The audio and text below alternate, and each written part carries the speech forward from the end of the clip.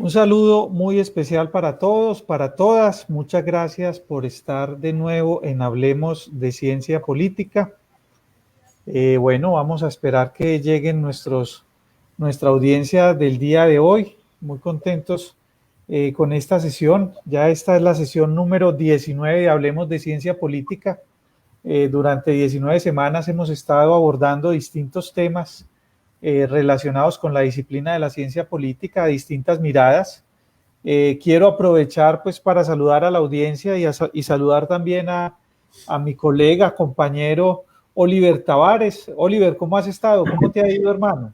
Hola Jaime, ¿cómo va todo? Muy bien, yo por aquí como esperando un poquito asustadito, ¿ah? ¿Cómo van las cosas, Oliver, hermano? Bueno, estos temas de salir al aire de todas maneras siempre en ocasiones dan pues como un poco de susto, pero ya pues usted tiene mucha cancha en este tema, Oliver. No importa, pero no deja de asustarlo a uno. Un saludo a todas las personas que nos están viendo en este momento también. Bueno, muy bien. Ya tenemos 28 personas.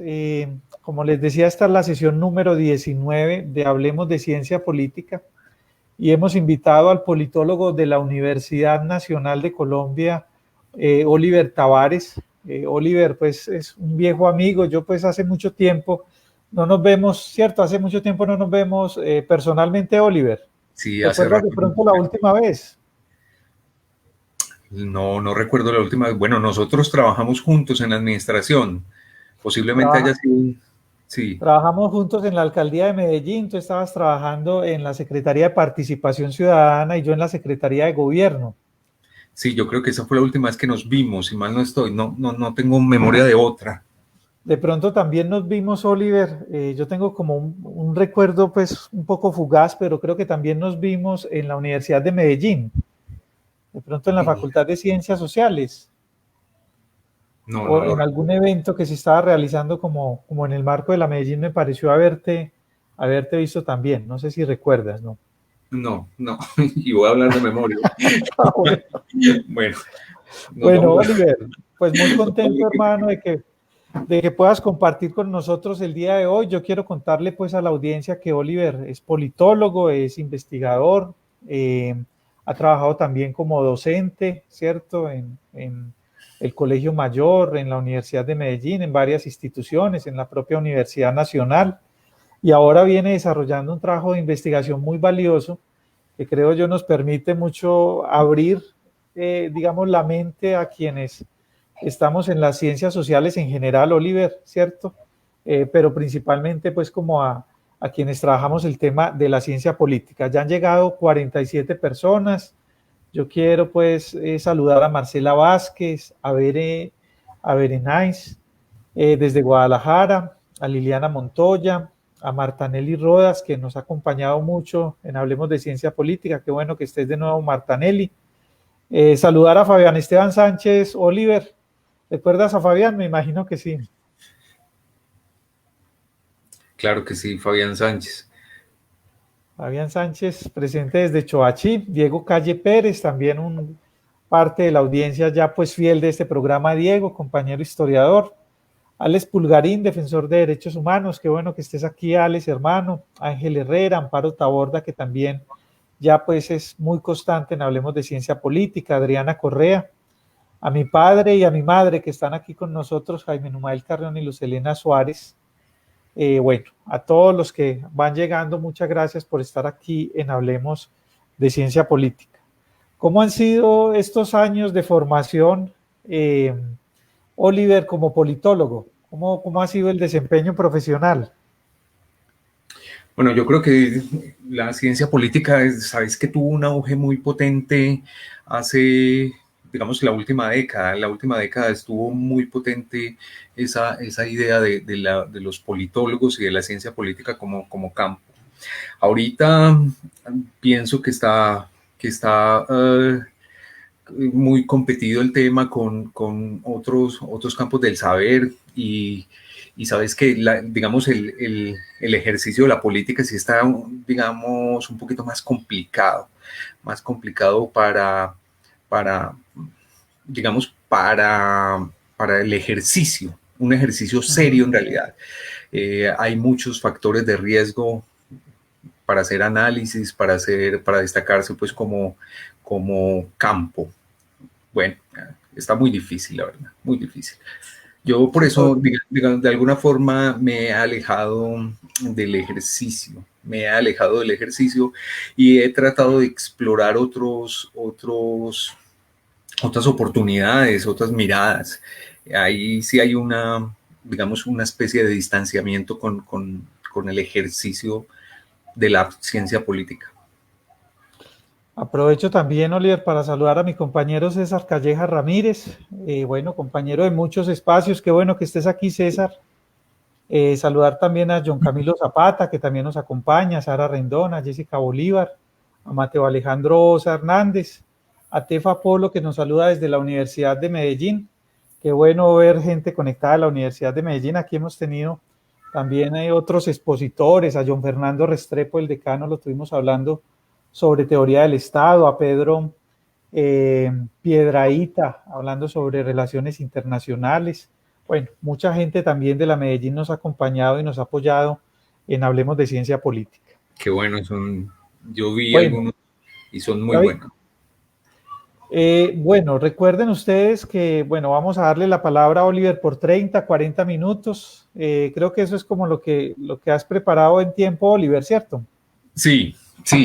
Ahí hice una pequeña presentación, un poco también muy primaria, pues no tengo muchas virtudes en el manejo de presentaciones, entonces me van a disculpar. De hecho, la letra también es un poquito extraña. Bueno, yo trato también de poner de pronto la imagen un poquito más amplia para que también la audiencia pueda verla. Qué bueno, también tenemos a alguien de la Escuela de Ciencias Jurídicas y Políticas de la UNAD, a Jorge Urrego Aguirre, qué bueno, Jorge, que estés aquí, a María José Moncada, bueno, mucha gente que nos está acompañando. Recuerden ustedes, Oliver va a tener un espacio de 30, 40 minutos de conversación, luego viene un conversatorio con el público.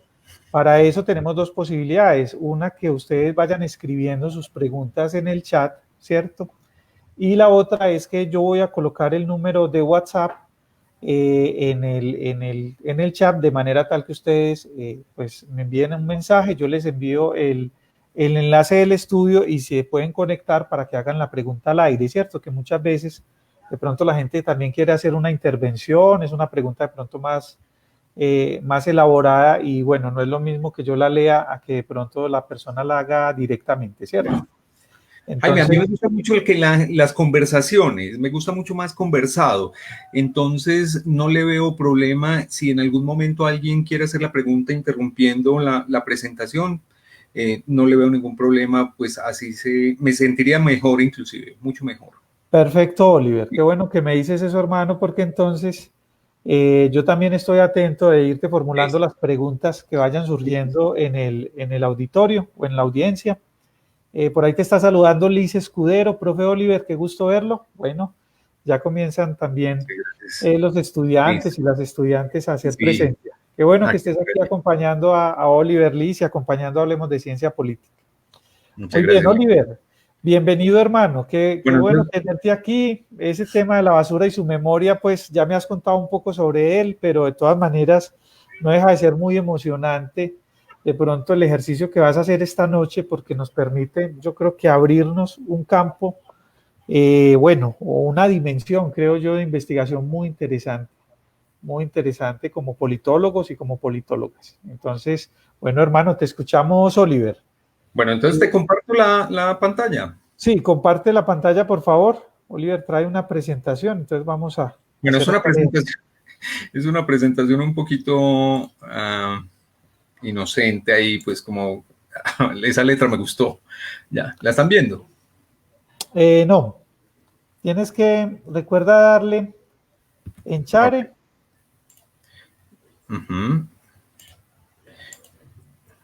Ahí está. Debe estar ahí. Sí, ahí ya está llegando. Y ahora sí darle el modo de presentación. Ahí sí. Ok, muy bien. Muy bien, Oliver. Ya está arriba la pantalla, hermano. Bien, voy a hablar entonces, muy buenas noches, voy a hablar un poquito de la basura y su memoria. Eso es una práctica que tengo desde hace ya varios años. En promedio, diría que más de 20 años llevo haciendo esto por varias razones. Entonces, es una práctica de caminar la calle. Es la práctica de caminar la calle, es andar, es caminar. Y este ejercicio de andar y de caminar, digamos, muestra diferentes tipos de ciudades, diferentes tipos de sociabilidades. Entonces, lo que hago es caminar por las ciudades, caminar, visitar los mercados populares, visitar digamos, las anticuarias, los centros de reciclaje, hacer, digamos, también redes con algunas personas que son recicladoras para buscar papeles que me sirvan a mí para contar algún tipo de historia. Yo le he llamado la basura y su memoria porque digamos que hay una pretensión y es la de buscar en esos archivos que salen de la calle algo que me pueda contar una historia que hable de cualquier cosa, que me pueda estructurar una línea de investigación para decir algo, decir algo. Entonces le llamé la basura y su memoria. Le llamo a esa práctica así. Voy a hablar un poquito de mí, ¿sí? Como una construcción de mi hábito, ¿sí? En ese orden de ideas, entonces, yo soy una persona que se puede catalogar como una persona normal y desde pequeño, desde muy pequeño, entonces buscaba aventuras con un amigo que se llamaba Jaime. Estoy hablando de más o menos la edad de 7, un poco menos 6, 7 años, y me iba con este Jaime a los basureros que yo vivía en el 12 de octubre y cerca de mi casa había un basurero. Entonces me iba para ese basurero a conseguir tapitas de Fanta y algunos juguetes, algunos, digamos, elementos para armar juguetes propios pues de la basura. También en la juventud soy hijo de una época y en esa época donde yo era joven me tocó ver la serie Cosmos, que siempre fue muy llamativa. Carl Sagan fue, digamos, una especie de héroe para mí y supongo pues que como muchos de que éramos jóvenes en esa época, quisimos ser científicos. Así entonces me iba, por ejemplo, para la biblioteca a buscar la revista Mecánica Popular, donde aparecían unos paisajes futuristas muy llamativos.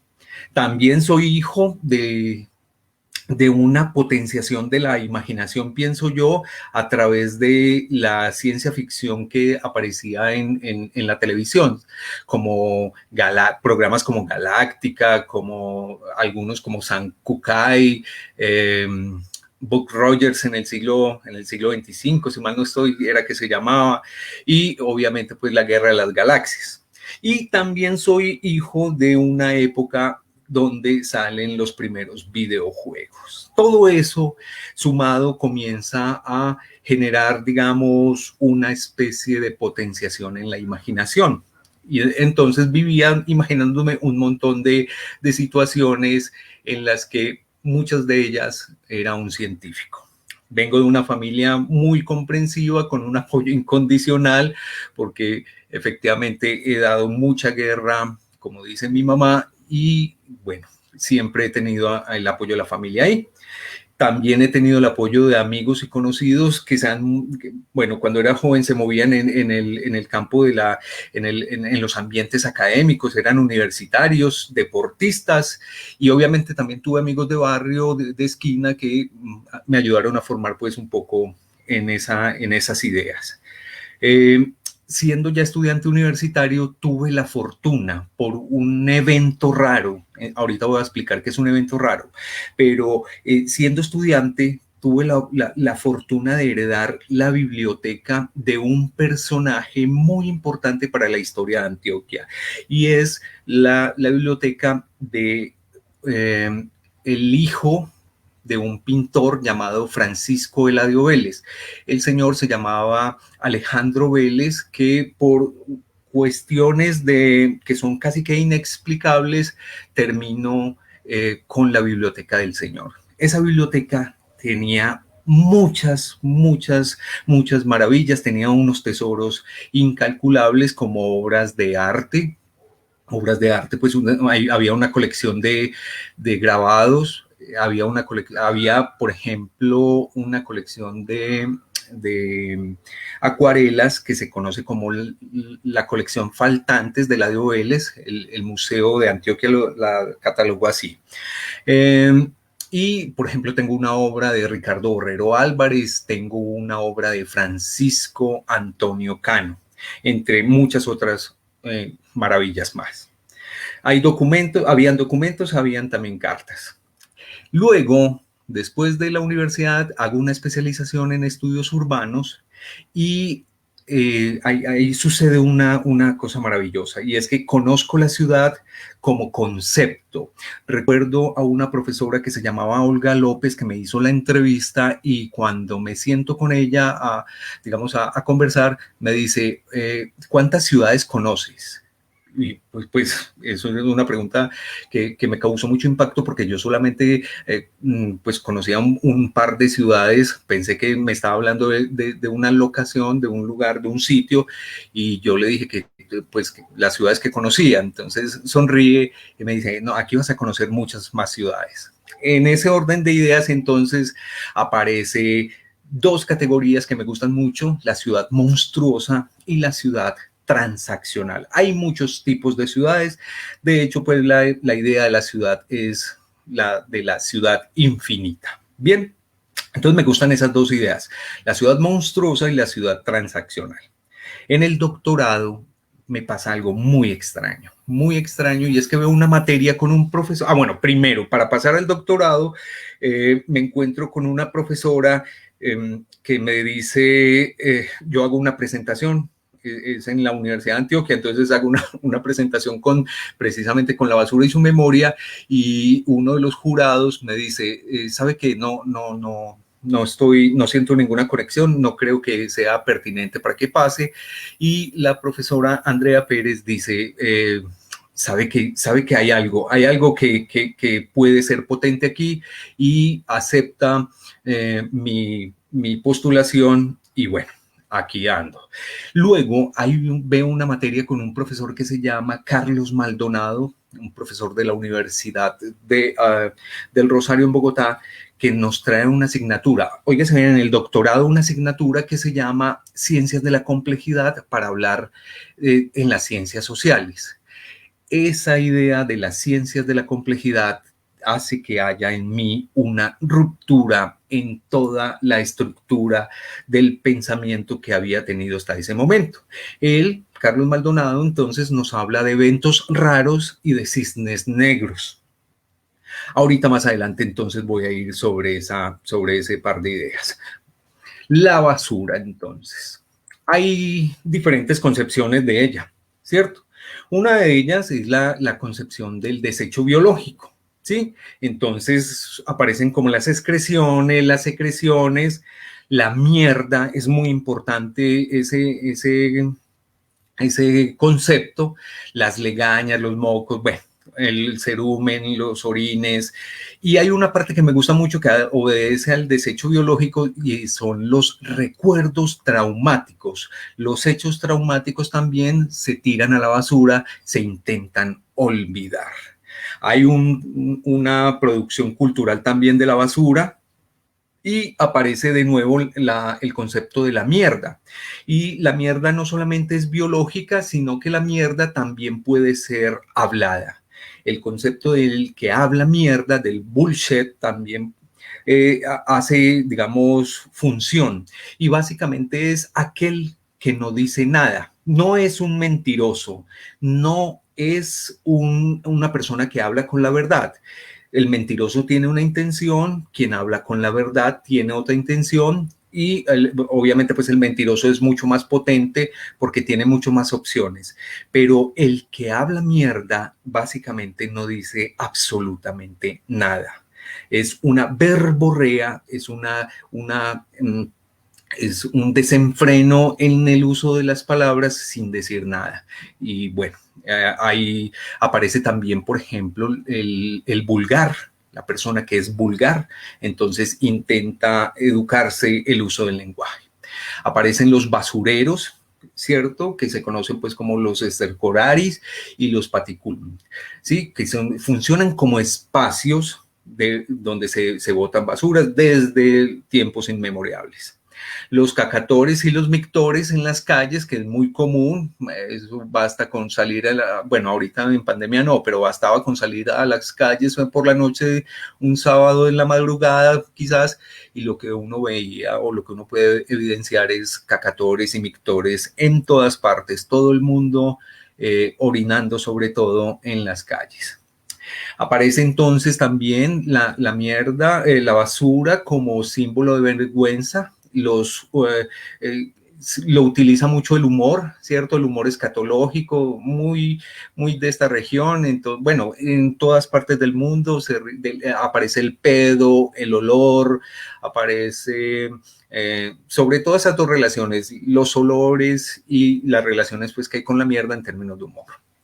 También hay una relación con ciertas inclinaciones que apuntan a la idea de la perversión, también escatológica, ¿cierto?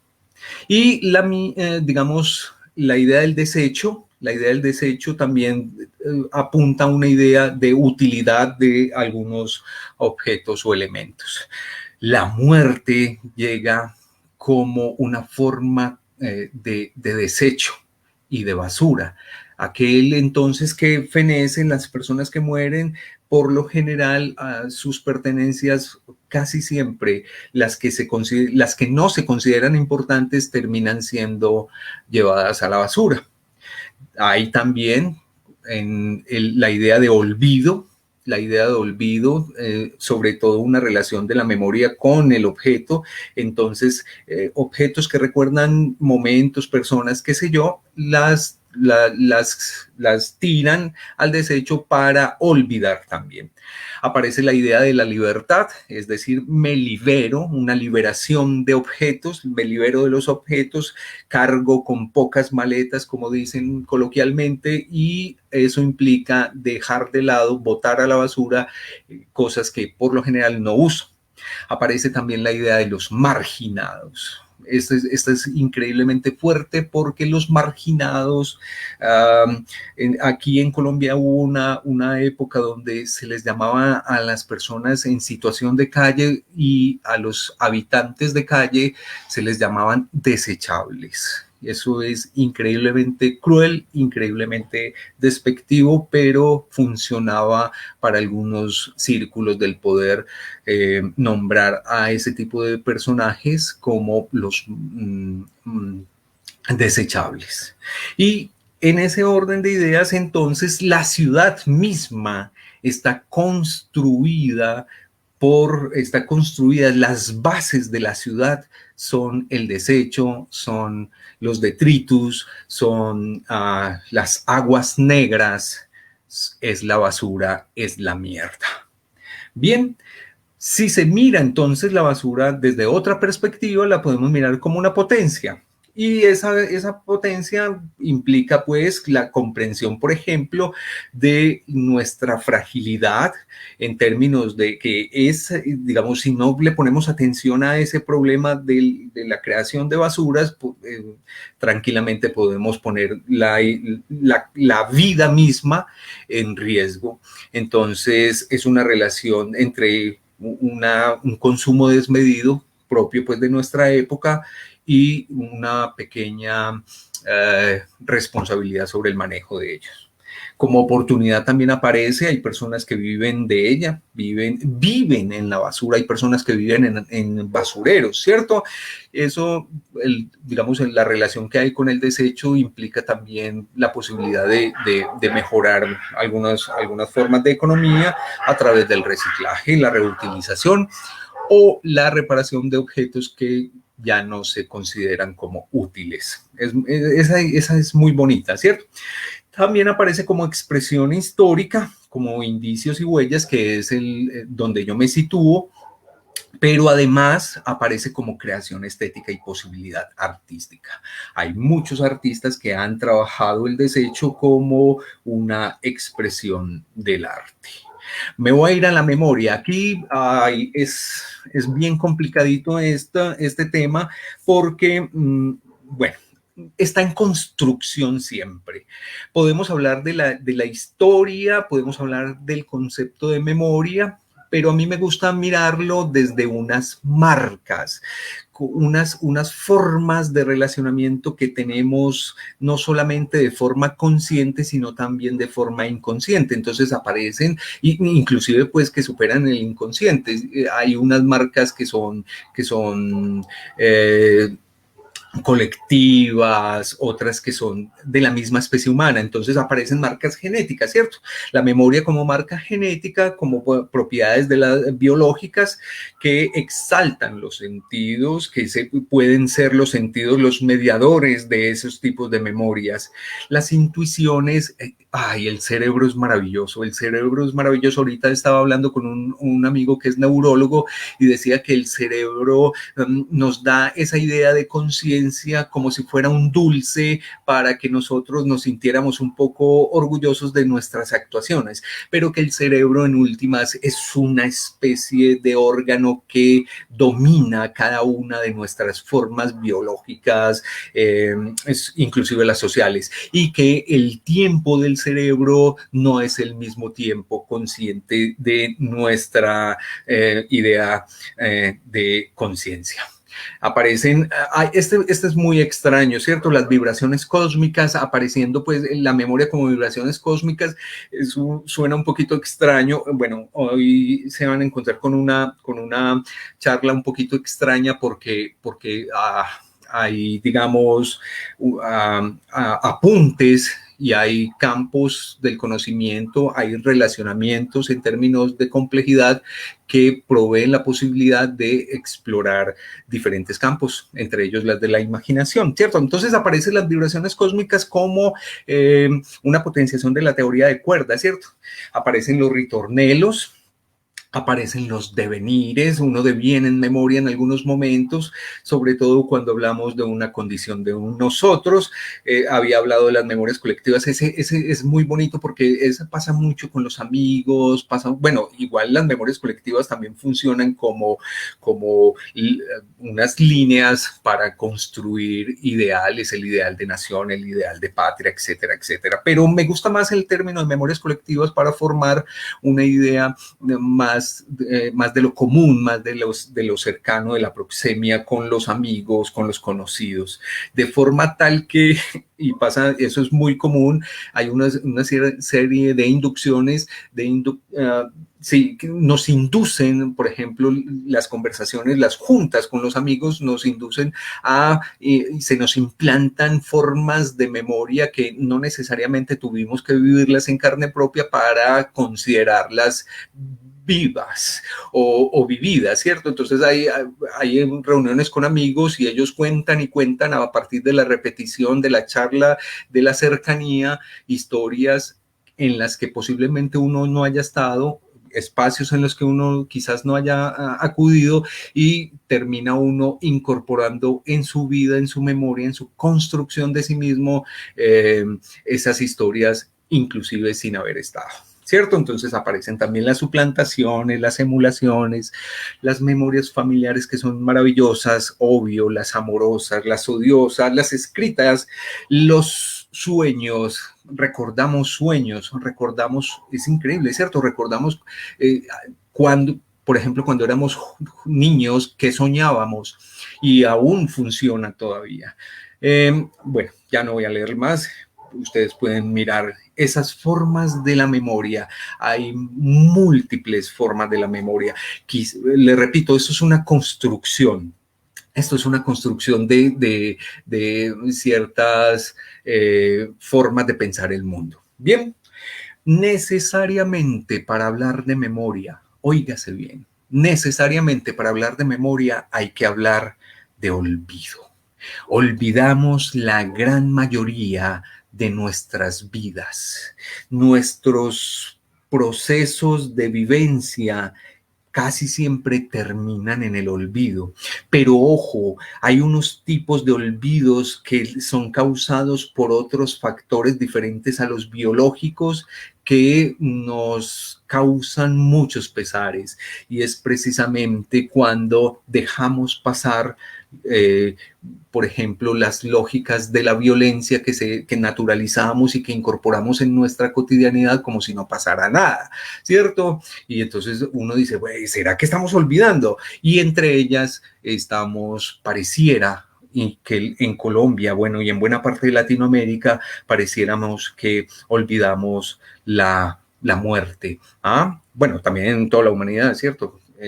Esa finitud tan tremenda de la que somos propensos. Todo eso para hablar de conexiones. Aquí quiero hacer énfasis en el concepto de análisis, ¿cierto? Los análisis son las divisiones. Nosotros, nuestro mundo nos ha, digamos, potenciado en la idea de ser analíticos. Hemos analizado el mundo de una forma casi que microscópica, casi que milimétrica, de forma tal que el tiempo, el espacio y las sociabilidades terminan siempre llevados a mínimas expresiones. Y eso que demuestra que todos, absolutamente todos y todo está conectado.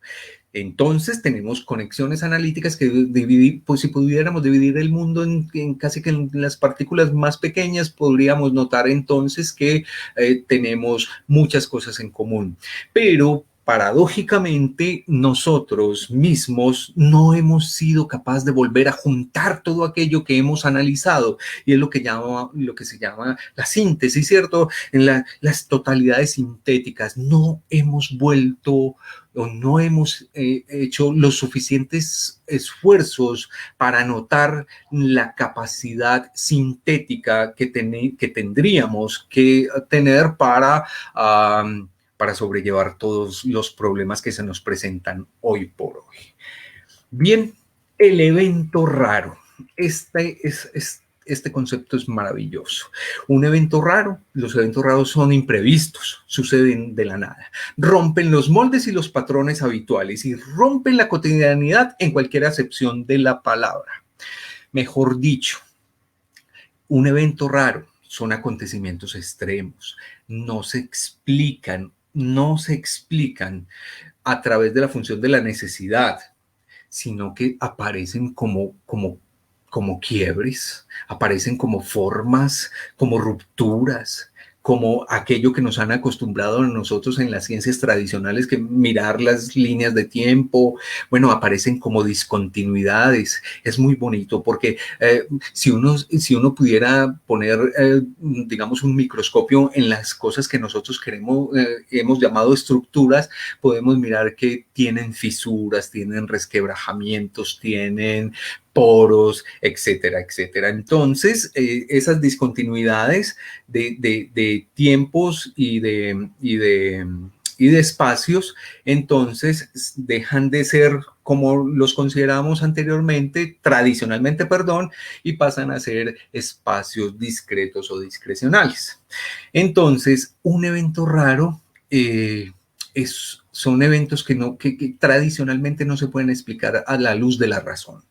Eso es un evento raro y que tienen unas características que son irreversibles, que tienen un impacto sobre la vida. Eso es un evento raro. En ese orden de ideas, entonces, saben que me puse a la tarea le repito, yo lo que hago es caminar la calle, camino la calle y visito algunos centros de reciclaje, visito algunos amigos que se mueven con el tema de reciclaje, visito algunos vendedores de esos de mercados populares que tiran una manta en el piso y ponen sus cosas ahí, los cacharreros, pues, y de ahí empiezo a buscar cosas que me cuenten historias. En ese orden de ideas, entonces, quiero contar, intenté hacer un mapeo, intenté hacer un mapa de algunas cosas que me he encontrado y buscar las conexiones que tienen, bueno, sí, que tienen para mí pero con una característica, y es que tratando de disminuir el margen de lo que se conoce como el sesgo cognitivo, que son las imaginaciones que uno por naturaleza tiene, ¿cierto? El sesgo, bueno, los seres humanos intentamos buscar patrones, vivimos en la búsqueda de patrones, vivimos en la búsqueda de explicaciones de las cosas que nos pasan a través de ciertas formas de engañarnos a nosotros mismos o de crear mundos de fantasía que nosotros intentamos a través de que intentamos dar sentido, ¿cierto? A través de una cosa que se llama las confabulaciones. Entonces, lo que voy a hacer ahorita con este mapita que les voy a mostrar es que cada una de esas cosas, de esos sucesos que pasaron y de esos lugares donde se desenvuelve esta historia, tienen la prueba material. Digamos, todas las pruebas que están viendo ahí son materialidades que yo tengo y que he conseguido. Lo que intenté hacer es ponerlas en función de la historia, de cómo se conecta conmigo, y seguramente para aquellas personas que me estén escuchando ahora estarán también ustedes inmersos en las conexiones por el simple hecho de estar conectados aquí escuchándome. Entonces ya tenemos una conexión, por el simple hecho de haber usted haberse conectado a este aparato. Bien, entonces todo sucede un sábado caminando por la calle, recibo la llamada de un muchacho que le dicen el mono y me dice, vea, profesor, aquí tengo unos costales con unos papeles, venga y si quiere ármese un saldo. Es un saldito, son un montón de cosas que le interesan a uno, que forman un precio, que hacen que valga pues algo.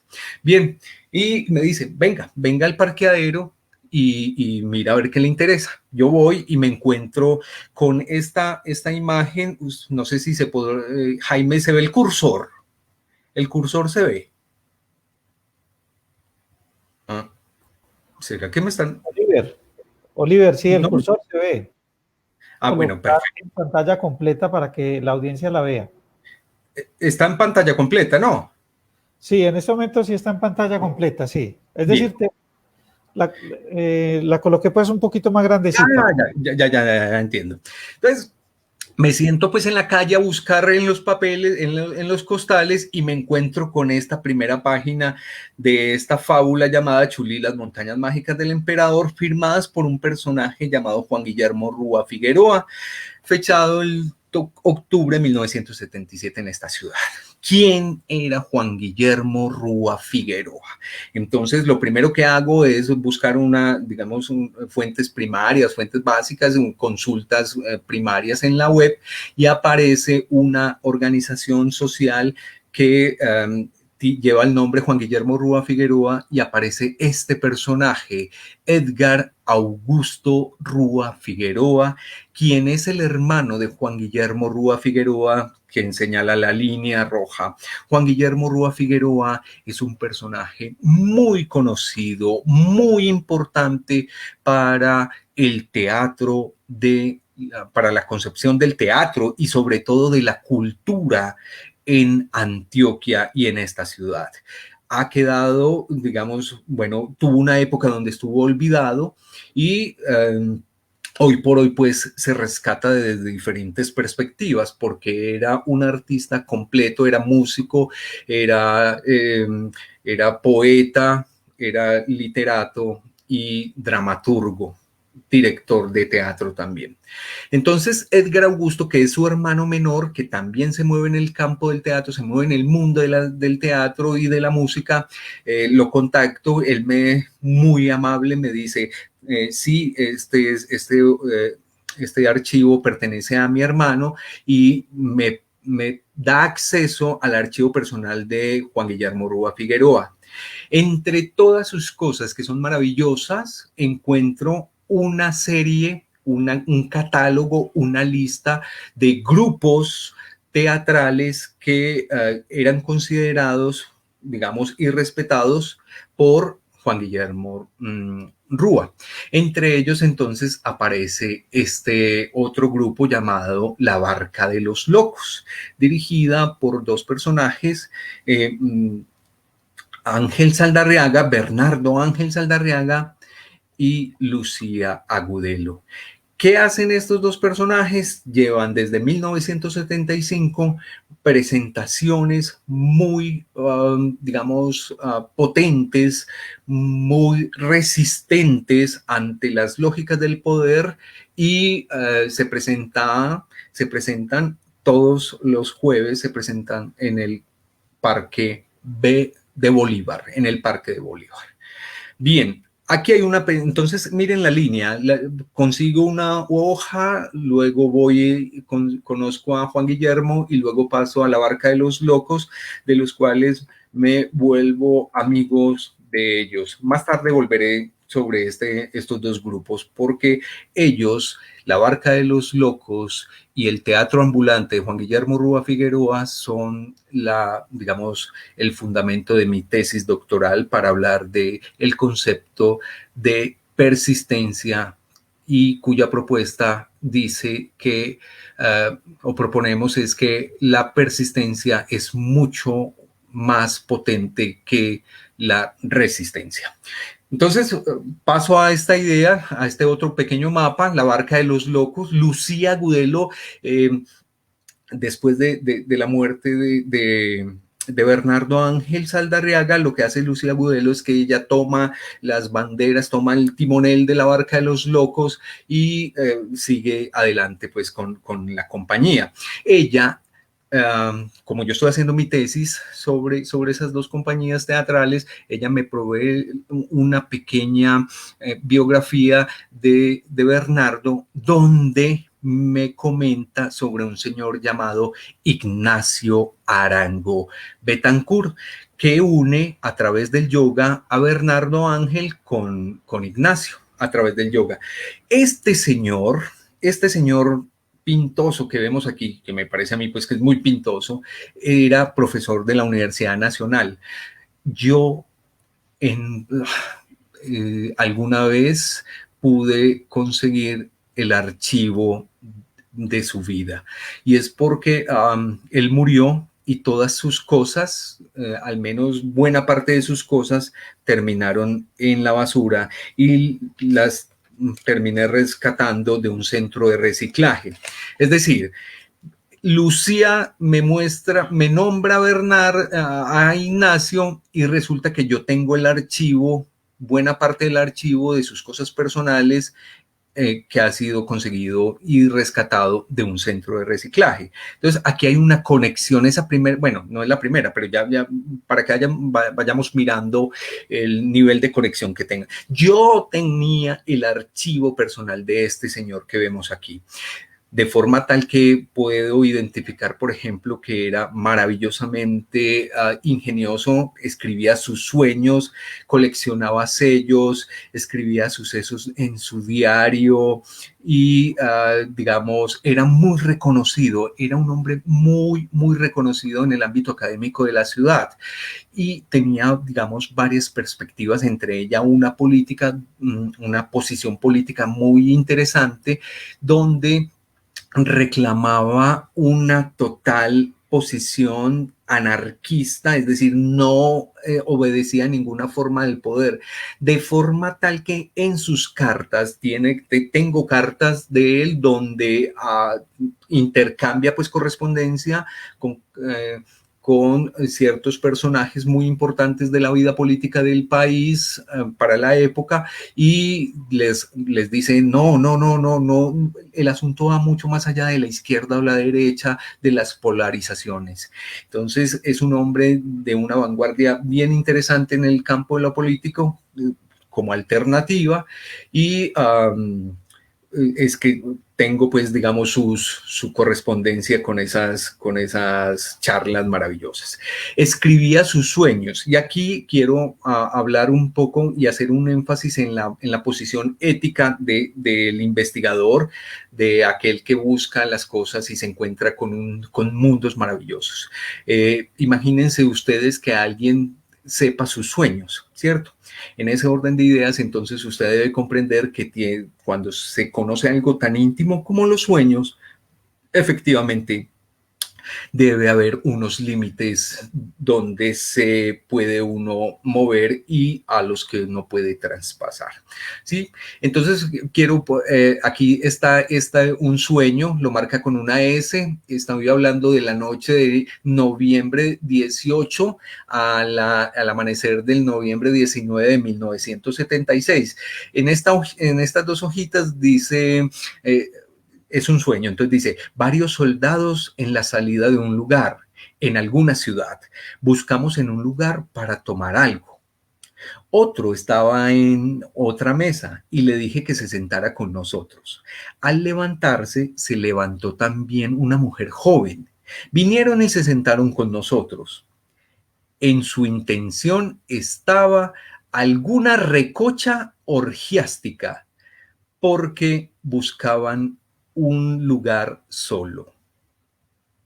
Bien, ahí, digamos, eso es simple y llanamente una muestra de lo que pensaba y de lo que soñaba el señor Ignacio Arango Betancourt. Le repito, era un hombre muy reconocido. Por ejemplo, tiene textos quejándose, por ejemplo, de las incursiones de la policía al campus de la Universidad Nacional. Entonces decía, hey, se entró la policía, hay que cuidar a los estudiantes, pero también hay que cuidar a la policía, ¿cierto? El tipo era de una amplitud, de una generosidad, no solamente en el saber, sino en el hacer también. Bien, el evento raro que sucede con este señor es que en esta fotografía que están viendo a su extremo derecho, inferior derecho, aparece la directora de Bienestar Universitario, Beatriz Londoño, Olga Beatriz Arango, y aquí más adelantico aparece Socorro Arango, ¿cierto? Y son personas que si bien yo soy de la Nacional, si bien las conocía de antes, hoy por hoy son personas muy cercanas a mi círculo familiar. ¿Cierto? Son muy cercanas a mi círculo familiar primario, diríamos así. Entonces, mire que me encuentro una nota con 3 nombres de personas que conozco y que hoy por hoy, repito, están en el corazón de mi familia, ¿ya? Ahí hay otra conexión. Pero eso no es nada. Bueno, aquí no me deja ver. Hay esa nota escrita es simple y llanamente como una especie de recordatorio, pero con estas 3 personas, es decir, con Beatriz, con Olga y con Socorro, en una publicación que hice de unas reinas, de unos archivos que me encontré, de unos pequeños caramelos de reinas, unas pequeñas estampitas, aparece Socorro que dice que prácticamente reconoce como una familiaridad en términos filiales con esta muchachita que aparece en el extremo izquierdo de sus pantallas. Entonces, ahí esto obedece a otro archivo que me encontré hace mucho tiempo, que era lo llamo el archivo de reinas, y son unas pequeñas postalinas. Entonces, para que miren las conexiones, esto es lo que estoy tratando de hacer. Ahora, le repito, esto puede parecer muy fantasioso y puede parecer un sesgo cognitivo, pero lo que estoy tratando de hacer es generar algún tipo de hilamiento, estoy tratando de hilvanar, para poder dar sentido de alguna forma a lo que hago. Bien, aquí aparece en este triángulo Sonia Arango Betancourt y en una relación con este personaje, Cecilia Saldarriaga, porque Sonia Arango era hermana de Ignacio, y un archivo que tengo de este personaje que se llama Cecilia Saldarriaga, que es maravillosa, tiene una relación, digamos, de amistad muy bonita, porque Sonia se ve inmersa en un problema legal y Cecilia le ayuda. Bien, entonces miren el nivel de conexiones. Bien, vuelve y juega en la barca de los locos, pero ya no, a ver, permítanme aclarar una cosa. Las relaciones que estoy tratando de mostrar, las conexiones que estoy tratando de mostrar están enfocadas en dos perspectivas. Una de ellas es la sociabilidad de las personas. Dos, la espacialidad. Voy a dejar de lado el concepto o la idea de la temporalidad. No me interesa hablar de temporalidad porque ahí básicamente cabrían muchos más elementos de los que tengo como archivos. Entonces, lo que hice fue reducir el margen de relacionamiento a dos lógicas, la de sociabilidad y la de espacialidad. Por eso aparece el Parque de Bolívar como la concepción de lugar, ¿sí? Como la concepción del espacio enfocada a la idea del lugar. La Barca de los Locos tiene una relación directa con el lugar, con el Parque de Bolívar. Juan Guillermo Rúa Figueroa y su teatro ambulante también tiene una relación con el Parque Bolívar, pero entre los archivos que también tengo aparecen otros personajes muy interesantes que tienen relación con el lugar también, ¿cierto? Entre ellos, este señor que es una maravilla. Este señor se llama José María Botero y Cadavid, conocido como el cura rebelde, el cura que creó una revolución. Estoy hablando del año 1836, digamos, el archivo, el documento, que es un decreto, está en el extremo inferior derecho. Entonces, aparece este señor José María Botero y Cadavid, que tiene tristemente una relación con la historia de la ciudad en términos de vergüenza. Aparece citado por ahí en varios textos, pero como que lo soslayan. Entonces sí lo nombran, sí, el presbítero José María Botero y Cadavid, además porque era pues, muy inteligente, era un profesor también, entonces, pero era de un carácter bien fuerte y sostenido. Entonces, este señor se queja contra el gobierno de Santander, ¿cierto? Y se queja de una forma airada. Eso le causa muchos problemas a José María porque lo encarcelan y lo multan además. Entonces, bueno, miren la época, estamos hablando de 1836, donde y encarcelan a un cura, ¿cierto? Porque, digamos, el gobierno que se está formando es un gobierno, pues, con una perspectiva amplia y de libertades. Y este señor se queja y dice, no, es que están enseñando artes liberales. El derecho no se puede ver, no se puede ver desde esa perspectiva.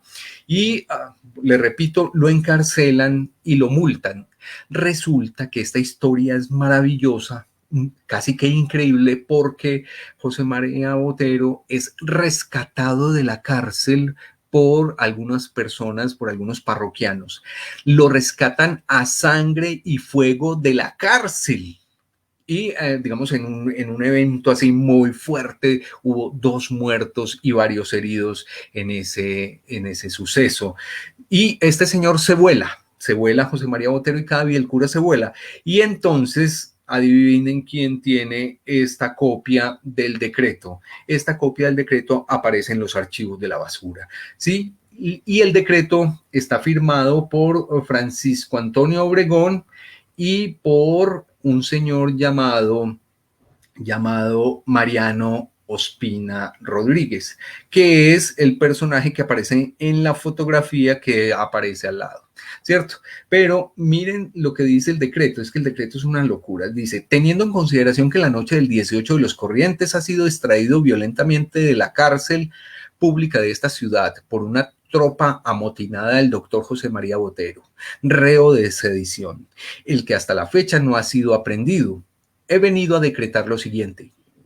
Comienza pues diciendo que Francisco Antonio Obregón, gobernador de la provincia de Antioquia. Entonces dice, artículo 1, los individuos que ocultasen al presbítero lo presentarán dentro de las 6 horas de publicado este decreto a la autoridad más inmediata, con la debida seguridad, lo pondrá a disposición del juez primero de la primera instancia en este cantón que conoce las causas, ¿cierto? Artículo 2. Los que ocultasen o en cualquier modo asistiesen al citado reo son considerados por la ley como reos de conspiración y sufrirán la pena de 5 años de presidio o destierro de la Nueva Granada por 6 años. Artículo 3. Los jefes políticos, alcaldes, los jueces cantonales y parroquiales procederán del modo más activo a la persecución y aprehensión del reo. Darán frecuentes avisos tanto a la gobernación como al juez de la causa.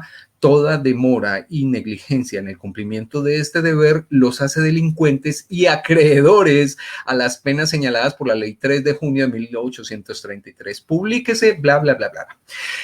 Este señor, José María Botero y Cadavid, se devuelve de su lugar de donde estaba ocultado, donde estaba oculto, y se devuelve en un caballo de noche y llega al Parque Bolívar y arma un escándalo diciendo, bueno, aquí estoy, ¿cómo fue? ¿Cómo es la vaina conmigo? Y vuelven y lo encarcelan y lo condenan al patíbulo, de forma tal que gracias a unas mediaciones, pues, es perdonado. ¿Quién iba a fusilar, pues, para esa época a un cura tan de frente en una ciudad como la ciudad de Medellín? Y para anularlo, y esto es muy interesante conocerlo, para anularlo lo declaran enfermo de una enfermedad muy extraña llamada la melancolía.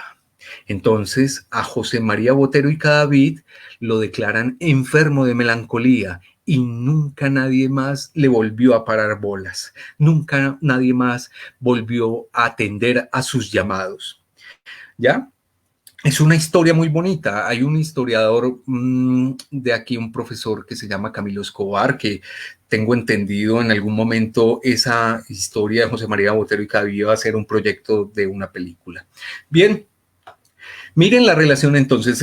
Estas fotografías y este documento aparecen en la historia de la calle. Ahora, hay otra relación con el Parque de Bolívar y es la que hace César Augusto Jaramillo, que es un fotógrafo que tiene colaboraciones tiene un almacén aquí en la ciudad de Medellín que se llama Fotocosmos y tiene una colaboración con un almacén de fotografía en Santa Fe de Antioquia que se llama Foto Ideal. Lo que quiero que miren en esta fotografía y lo interesante del tema es que esto es una fotografía de la catedral, ¿sí?, de la Basílica Metropolitana de Nuestra Señora Concepción de María, y aparecen, si miran bien, aparece una ruptura en esta foto, aparece una grieta, y es que este archivo fue rescatado de la calle, digamos en la placita Rojas Pinilla, en la placita Rojas, dos habitantes de calle las estaban rasgando.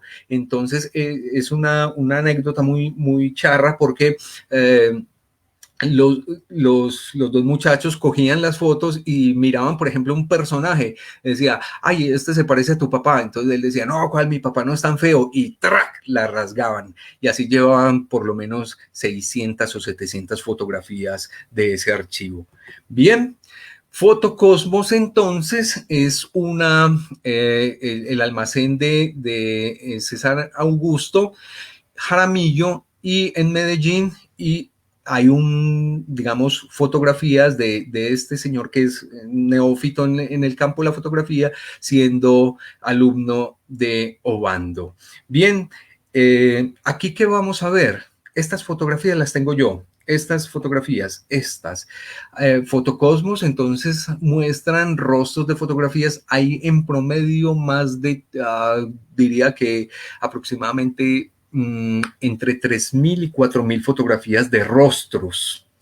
Pero lo interesante del tema es que estos rostros que están viendo aquí en el cursor son rostros citadinos, ¿cierto? Rostros femeninos citadinos, rostros masculinos citadinos, y estos rostros que son de Santa Fe de Antioquia son de personajes de Cañas Gordas, bueno, de ahí para arriba, de Mutatá, de diferentes partes. Se puede pensar, digamos, casi que en una especie de fenotipo, si miran bien. Habría que hacerle un análisis un poquito más concienzudo, pero se pueden notar algunos rastros fenotípicos de estos personajes. ¿Y por qué son importantes estos personajes? Y además que son hermosos, ¿cierto? ¿Por qué son importantes? Porque estos personajes en buena medida no entraron, estos personajes que les estoy mostrando aquí a mano izquierda, no entraron en buena medida al proyecto cultural paisa. No entraron, eran considerados salvajes en esa relación citadino-hombre de campo, citadino-campesino, citadino-salvaje. Lo interesante de este análisis es que esos rostros no eran considerados como civilizados o como citadinos. Bien, esto habla entonces del occidente antioqueño. Aquí estoy tratando de hacer otra conexión. Entonces, en el occidente antioqueño yo tengo un archivo de un señor que se llama Julio Duque, que era el conductor de una emisora que se llamaba Ondas del Tonusco, que todavía existe, y este señor intercambiaba cartas y correspondencia con Héctor Gómez, locutor de una radioestación llamada Radio Venus en el nordeste antioqueño, más específicamente en Cisneros. En Cisneros, ¿cierto? Aquí pongo por buscar una conexión ahí un poco extraña también, pero que existe, ¿cierto? Y es que aquí se coleccionaba, había una práctica muy fuerte en comienzos del siglo XIX y era la práctica del coleccionismo de firmas, de sellos, y un poquito más tarde aparece la filatelia y más adelantico la numismática. Bien, entonces quiero que miremos esta idea de los salvajes, la idea de los que no entraron a la concepción de ser miembros de esta sociedad, y la idea del proyecto cultural paisa. Aquí, entonces, quiero hacer énfasis en este que está en la mitad, digamos que un recorte como de una página, digamos, hace parte de un libro que conseguí en el centro, que se llama se llama Geografía General y Compendio Histórico del Estado de Antioquia en Colombia, escrito por un señor llamado Manuel Uribe Ángel, ¿cierto? Este libro me lo encontré, no, me lo ofreció uno de mis amigos, me lo ofreció en el centro. Es un incunable. Lo interesante que quiero demostrar aquí para hablar del proyecto cultural paisa es este recorte que dice algo muy extraño y seguramente que les va a causar un poquito de sorpresa. Y dice: el valor es virtud antioqueña si el de los hijos de estas montañas es solicitado por el poderoso móvil de ocurrir a la defensa de sus convicciones políticas y morales en los campos de batalla. La impetuosidad del antioqueño es casi irresistible. Ojo, aquí quiero hacer el énfasis. Si no se trata de guerra civil transitoria, sino de guerra puramente internacional, los antioqueños que llegan a ser soldados veteranos, regimentados y sometidos a las reglas de un buen código, se hacen notar lo más aventajados de la República. Se les acusa, óigase bien, se les acusa, es verdad, de ser propensos a la deserción y de evitar largas campañas. Hay en el fondo de este cargo bastante exactitud y se explica naturalmente por la circunstancia de que el soldado antioqueño es con frecuencia padre de familia y propietario. Entonces, el recuerdo de su esposa y de sus hijos, a quienes quiere entrañablemente, y la comparación de las necesidades mal satisfechas en los campamentos con la comodidad y holgura que disfruta en su casa, provocan en él la retirada. Entonces, aquí hay una cosa muy fuerte, y es que hay unos rumores y unos dichos sobre el valor de los soldados en las guerras de la independencia, de los soldados antioqueños. Ahí hay un cuento bien tenaz, pero no solamente está ese cuento, sino que este señor la tiene muy clara. Estoy hablando de Manuel Uribe Ángel, la tiene muy clara. No aparece en esta presentación, pero hay una cosa que sí me gustaría recalcar. Abro comillas. A pesar de la reconocida riqueza mineral del territorio, hay razón para dudar si dicha riqueza es definitivamente superior a la de la vegetación. Desgraciadamente, el antioqueño ignorante e imprevisor hasta ahora ha preferido la formación de escasas praderas a la opulencia y valía de sus florestas vírgenes. El hacha del montañés ha caído sin piedad sobre los bosques llenos de tesoros naturales, acumulados por siglos y que habrían dado a la industria un porvenir y un alimento y una vida extraordinaria. Ya tenía una mirada de la importancia de la conservación de un medio ambiente. Bueno, eso solamente aparece en el libro y nunca más se volvió a hablar del tema. Bien, ¿cómo voy de tiempo? Jaime. Oliver, bueno, ya vamos sobre la hora y 6 minutos de programa, Oliver. ¿Cuánto me queda? Pues realmente no me ya queda. no tengo tiempo. Ya no me queda. Pero yo creo que podemos de pronto cerrar en 10 minutos, Oliver. ¿Qué te parece? No, perfecto. No los voy a cansar mucho con este cuento. Pero hay otro tema que me gusta mucho, es el de la escritura y sobre todo el tema de la poesía. Aquí voy a exaltar a este personaje que se llama María Teresa de Jesús Arango Cárdenas. Ella estoy hablando de 1918. Es decir, hace 102 años. Y ella escribe un poema maravilloso que tranquilamente, si se le hace un análisis del discurso, podría pensarse que es un texto erótico. Y dice: de la noche en las oscuras soledades de mi claustro, contemplando me extasío el perfil de mi retrato. A la luz clara del día nadie contempla mis gracias. Ellas son flores de Dios y él aspira sus fragancias. Lo firma con un seudónimo Paslao, pone su fotografía 1918 en Medellín. Es una historia maravillosa porque es el diario de una monja que escribe esa poesía en la ciudad de Medellín hace 102 años. Pues se pueden imaginar qué le hubiera pasado a ella si algún impertinente lee eso y lo comprende. Pues no le hubiese ido muy bien, que digamos, conociendo nuestra historia. La que está inmediatamente anterior, la que dice Ramón Córdoba y Laura Palacio, es una historia de amor que comienza de una forma maravillosa y dice: es el 7 de febrero, la carpetica es del 7 de febrero de 1907, pero la historia dice así: la primera vez que conversé con Laura Palacio fue el 26 de junio de 1908. Viernes, en el camino que conduce de Medellín a Belén, iba con una viejecita de Altavista. Mi primera expresión fue: usted sí que pasea. Y ella me contestó: no. Lo último que le dije cuando llegamos a la plaza de Belén y para despedirnos fue: ¿sale hoy? Y ella me contestó: si mi papá no está allá, sí.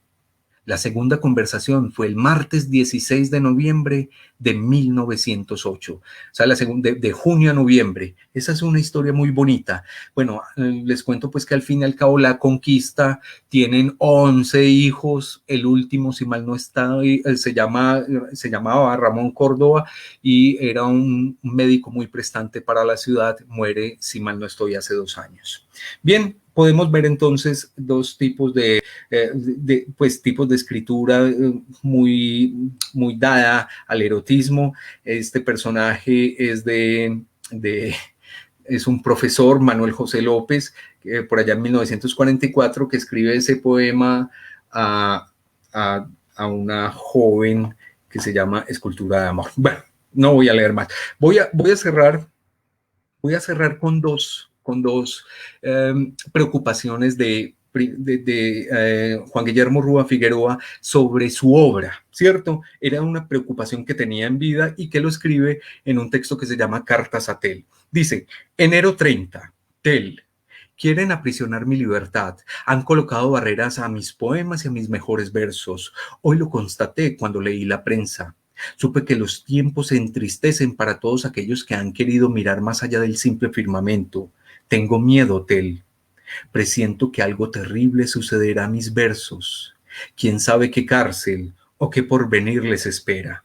Es una preocupación por el devenir, es una preocupación por el futuro, es una preocupación, pero no es el único. Miren, de Cecilia Saldarriaga, que era la amiga de la hermana de Ignacio Betancourt. Dice, amor mío, si insisto que rompas mis cartas cuando termines de leerlas es porque no quiero que ninguna persona, por amiga que sea de ti y de mí, se interese de nuestra amistad. Porque tú sabes que a veces las misivas no siempre llegan a su destino deseado, sino que desgraciadamente son impulsadas indirectamente por simples coincidencias del destino, a manos poco gratas, sin la humana comprensión de las cosas. Espero que comprendas lo que tan explícitamente para que no vaya a tomar posición en tu mente ninguna mala interpretación. Tuya, ahora y siempre, Cecilia Saldarriaga, en 1970.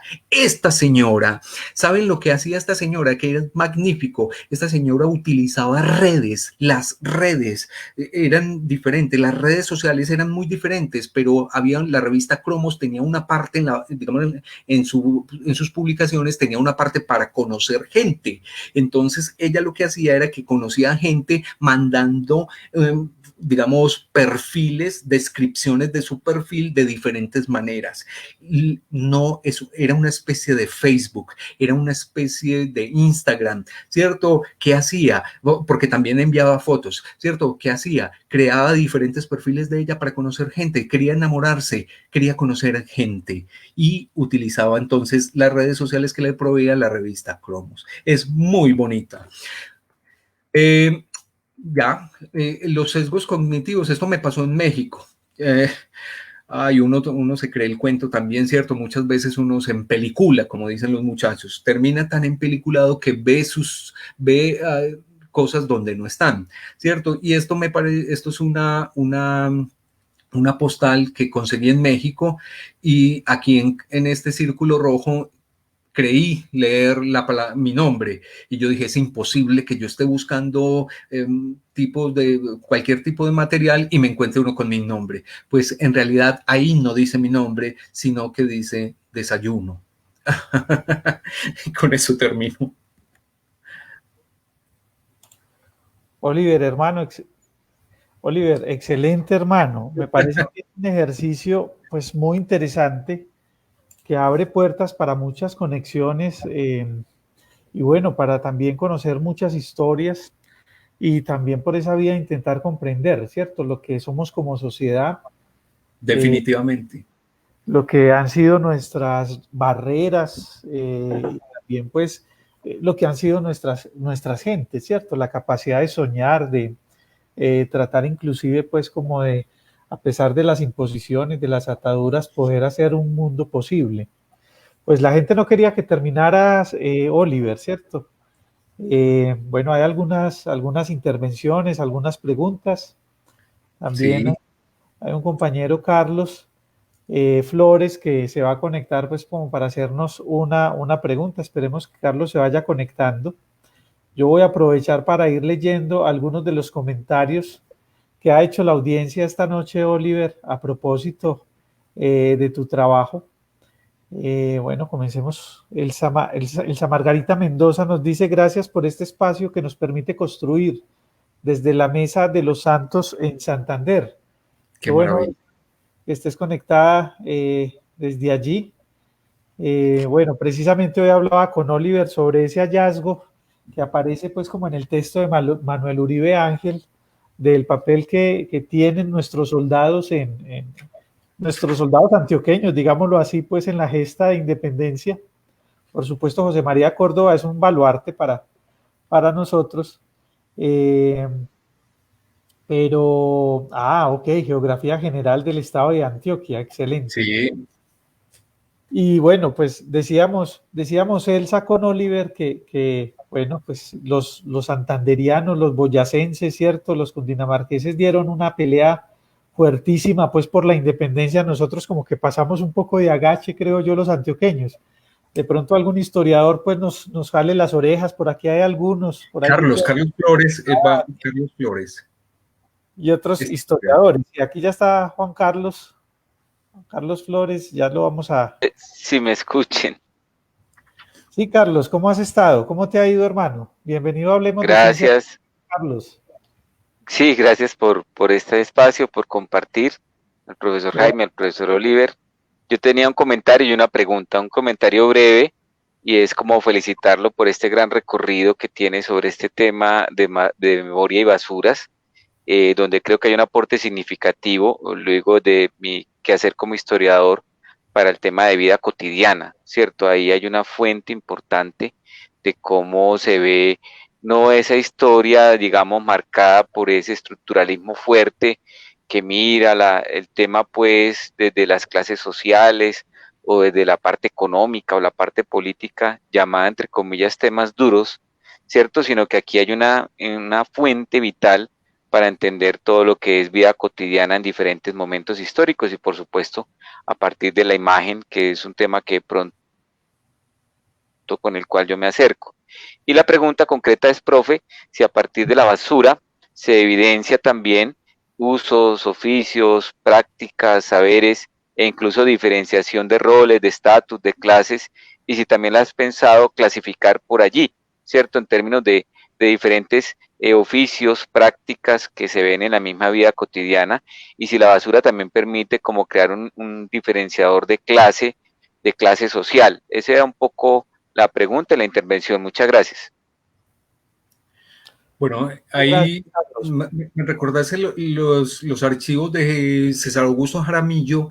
César Augusto Jaramillo era un fotógrafo que le encantaba fotografiar los cambios de la ciudad a partir de los oficios. Hay muchas fotografías por ejemplo, las personas que impermeabilizaban techos, que era un oficio que, por ejemplo, pues desconocido al menos como evidencia, ¿cierto? Entonces él se montaba a los techos y miraba cómo un par de personas echaban brea, estaba obviamente pues el vendedor de la calle, el vendedor de... Hay muchas fotografías de ese tipo de actividad que era reconocida para cierto tipo de época, sobre todo cuando la ciudad comienza a convertirse precisamente en eso, en una ciudad un poco más, digamos, más amplia. Ya, y la otra pregunta, Calichen, qué pena.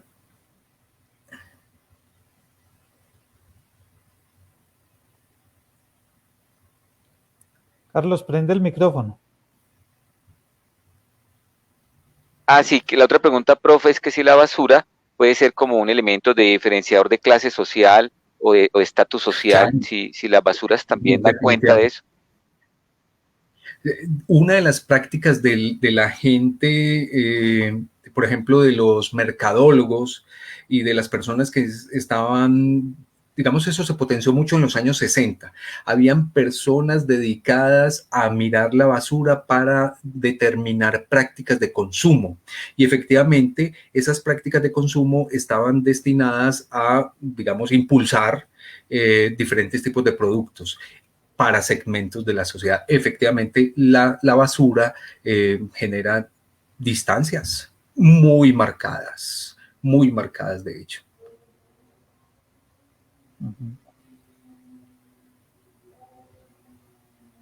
Muchas gracias, profe. Carlos, a vos, muchas gracias. Carlos, muchas gracias por estar aquí en Hablemos de Ciencia Política, hermano. Te agradecemos mucho por tu participación.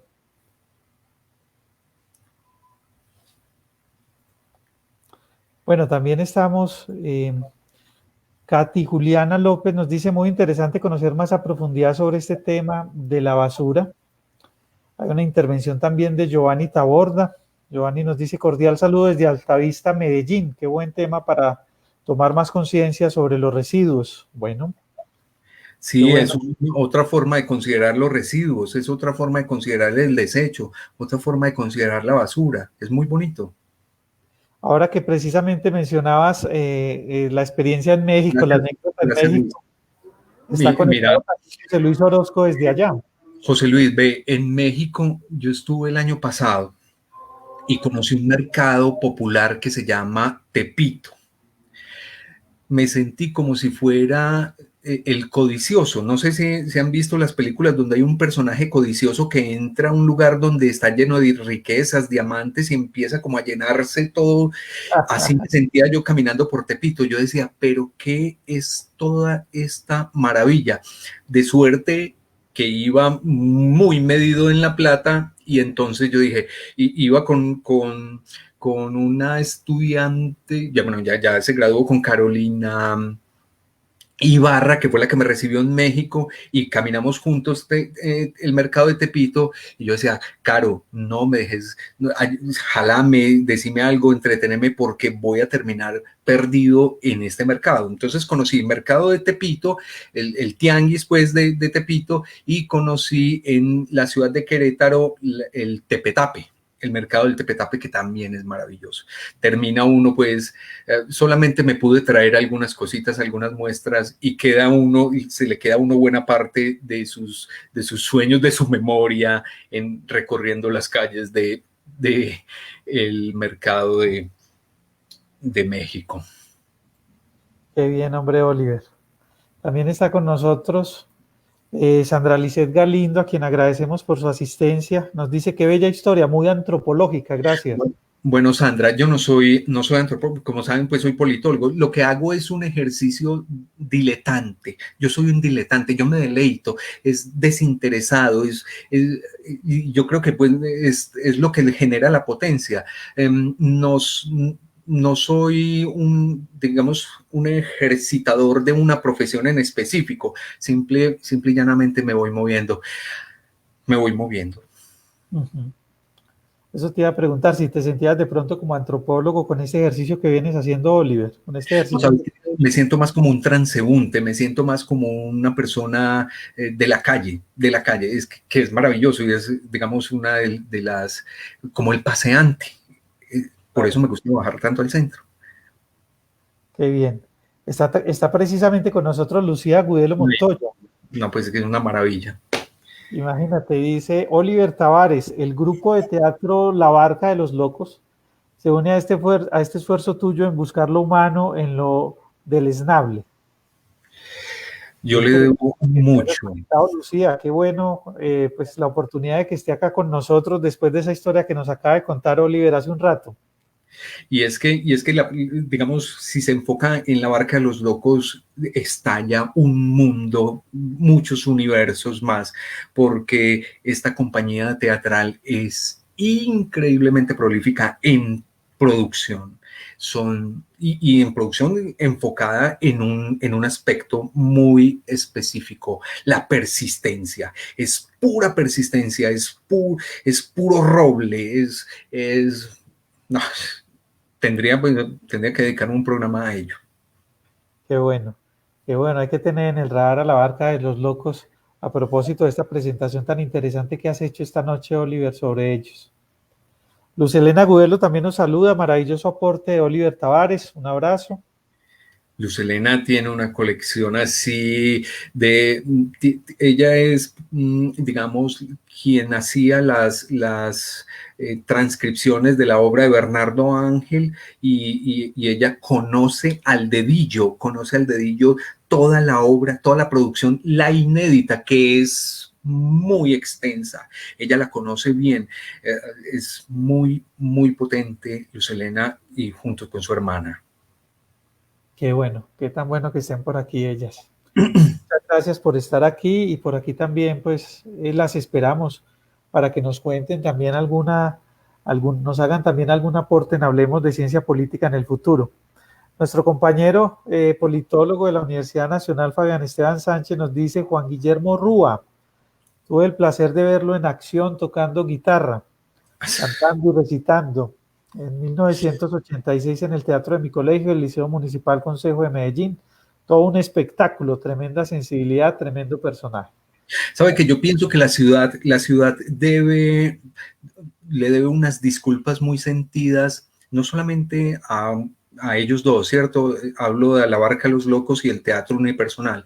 Es que han quedado, digamos, han quedado relegados en una historia muy importante de la ciudad, en un segmento de tiempo muy importante de la ciudad, y es de los años, digamos, 80, 70 y 80 hasta bien entrados los 90, casi el 2000, porque digamos, esta gente fueron los que de alguna forma hicieron y le dieron esperanza a los movimientos que nacían en la ciudad. Pienso eso, la ciudad les debe unas excusas, unas disculpas y debe reconocerlos de una forma más respetuosa. Bueno, un llamado de atención bien interesante. Ojalá nos esté escuchando a alguien que tenga algún cargo de responsabilidad o alguna incidencia también en los temas de cultura y los temas de memoria actualmente. Bueno, Mari Decoraciones nos dice: muy buenas noches, profe, gracias por la invitación, un tema muy significativo, ¿cierto? Sergio Cardona, también pues yo creo que uno de los integrantes de la audiencia más fieles que tiene Hablemos de Ciencia Política. Sergio nos ha acompañado, Oliver, yo creo que en todos los programas, y mi memoria no me falla, y eso es decir bastante porque ya llevamos 19 programas, 19 semanas seguidas con Hablemos de Ciencia Política. Dice Sergio: muy interesante, entré tarde, pero muy buen tema. Una pregunta: siendo tan complejo publicar en Colombia por el tema de las editoriales, tener piso, ¿cómo divulgar estas historias para que lleguen a muchas más personas? Hacer historia en la calle a través de narrativa enriquece mucho. ¿Qué has pensado sobre temas de divulgación, Oliver? Estrategias de divulgación sobre este trabajo que vienes realizando.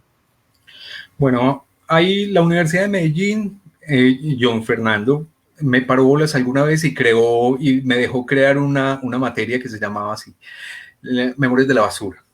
La dejó y sí. Yo nací unas apuestas muy interesantes. Estaba muy interesado en ver el programa porque me pidió el enlace y todo. Si está por ahí, decano, pues un saludo especial, John Fernando. Bueno, ese loco me dio cuerda y montamos un grupo que se llamaba así, un grupo que duró, si mal no estoy, 2 años o 4 semestres duró el grupo de Memorias de la Basura, donde hacíamos ejercicios de investigación, ejercicios de escucha, de transcripción, etcétera, etcétera, pues como construyendo algún tipo de técnica para la investigación. Publicar también me lo han ofrecido desde la Universidad de Medellín y también desde la Universidad Colegio Mayor de Antioquia. De hecho, de la Universidad Nacional también me lo ofreció cuando era decano Miguel Ángel Ruiz, también me ofreció la posibilidad de publicar. Lo que pasa es que para publicar tiene que ser con todo el rigor y no podemos dejar ningún punto de fuga porque bueno, se le pierde como el sentido de una publicación en realidad. Entonces, hay muchas cosas. Yo me sueño haciendo 2 cosas. Una exposición de toda una obra recopilada durante años. Llevo muchos años de cazando mitos urbanos sobre Picasso en Medellín y tengo obra por montones. Yo me imagino haciendo una exposición como una especie de conceptualización a través de la falsedad o de la falsa reproducción o la reproducción verdadera, qué sé yo, y de Picasso. Y la otra es que ahí ya digamos, un montaje bien serio sobre poesía de gente de la calle. Interesante, qué interesante esa perspectiva. Pues ojalá salga Oliver como ese ejercicio, porque yo creo que sería también un aporte muy valioso, ¿cierto? Ojalá sí. Un aporte bien valioso, y creo que esa apuesta de la Universidad de Medellín con el tema, bien interesante, que abran esas puertas. Me parece que le ayuda mucho. Colegio Mayor también está en la intención, sí. Y cuando era decano, Miguel Ángel también me dijo, probemos. Qué bueno. A Miguel Ángel lo tuvimos aquí hace unas semanas hablando sobre sí, lo vi, claro, lo vi. En Hablemos de Ciencia Política. Un saludo muy especial también para el profe Miguel. Bueno, Fabián nos dice de nuevo, la depresión se da por la pérdida de algo, amor, fortuna, salud, trabajo, un ser querido. En la melancolía, el problema es porque no se sabe qué fue lo que se perdió y eso la hace incurable. Bueno, también porque se entra en un estado de presente prolongado, cuando los días y las horas no dicen nada. Entonces ahí entra en ese estado donde no pasa nada, la melancolía, el tedio, que es lo que se antepone a la melancolía. Muy bien. Jorge Restrepo nos dice un saludo, Oliver Tavares, excelente lo que vienes haciendo por el rescate y salvaguarda de los bienes patrimoniales, a partir del rescate y el olvido de tantos tesoros que por diversas razones y circunstancias terminan en las basuras de las urbes, como Medellín, una ciudad con poca conciencia de preservación de nuestros bienes ancestrales y patrimoniales. Interesante lo que nos plantea Jorge. Para preguntarte, Oliver, ¿qué piensas como de las políticas de conservación que tenemos en la ciudad? Aquí pues hemos visto incluso edificaciones muy representativas desde el punto de vista arquitectónico y algunos momentos históricos de la ciudad pues que prácticamente se caen ante nuestros ojos. ¿Cómo es de pronto en general esas políticas de conservación? Bueno, hay sin duda que hacer una crítica que es constructiva, y es que nos falta mucho. Nos falta mucho, mucho, mucho. Yo no sé qué, la ciudad de Medellín siempre se mostró como una ciudad vitrina, y las ciudades vitrinas, paradójicamente, las vitrinas en la concepción actual del comercio se renuevan, cambian, porque si una vitrina se queda, no vende. Entonces, nosotros tenemos, disque centro histórico y Prado, pues, que es considerado como patrimonio arquitectónico de la ciudad, y uno dice, ay, Dios mío, si este es nuestro patrimonio, ¿qué pasa ahí? ¿Qué pasa ahí? Ahora, escuché esta semana con el Museo de Antioquia a un par de historiadores que qué maravilla, tenían todo muy claro, habían estudiado colecciones, habían estudiado procedencias, es decir, el museo, sobre todo el Museo de Antioquia y las asociaciones culturales de esta ciudad están muy preocupadas por digamos, sostener esa idea. Me atrevería a decir que es necesario un aporte voluntarioso, es decir, de toda una capacidad institucional de la alcaldía para sostener esa idea. A mí me preocupa, por ejemplo, que el museo salga a pedir que apadrinen obras. Eso no puede pasar en una ciudad como Medellín, no puede pasar. Entonces, ahí es un llamado de atención de una forma cariñosa y de una forma muy respetuosa, pero hay que ponerle atención. Y no solamente pues a la institucionalidad, sino también a estos satélites que son las organizaciones sociales, las organizaciones de artistas que están muy pendientes y que se mueven en función de sostener eso. Entonces, es un Claro. llamado de atención, sí. Y como decías antes, también hacer el reconocimiento importante a esas apuestas culturales y a esas apuestas que se han hecho en la ciudad, ¿cierto? Que Sí, sí. inclusive hoy todavía pues sobreviven hoy seguramente es mucho más importante acogerlas y acompañarlas. Muy bien. Sebastián Cano nos dice, me pareció excelente, realmente encuentro unos hallazgos muy interesantes en estos puntos de convergencia y su maravillosa forma de investigar. Qué genial. Qué Muchas bueno. gracias, Sebastián. Muchas gracias. Qué palabras más bonitas. Natalia Camila Zuluaga nos dice, Oliver, ibas a hablar de los cisnes negros, nos dejaste con ganas de más. Ahí ¿Qué es un quería libro. que vaya pendiente que le quedó sonando a Natalia? Sí, Los Cisnes Negros. Bueno, la historia es un libro que se llama así, Los Cisnes Negros, ¿cierto? Y es que son encuentros fortuitos, son encuentros que no estaban pensados. El cisne negro se descubre después de cierta época y antes se pensaba que todos los cisnes eran blancos, ¿cierto? Entonces, como no se había descubierto nada más, entonces, si se hablaba de cisnes, se asociaba con que todos al menos en sus características, eran blancos, hasta que descubren el cisne negro. ¿Qué hace eso? Un quiebre total en una estructura mental de la comprensión del mundo.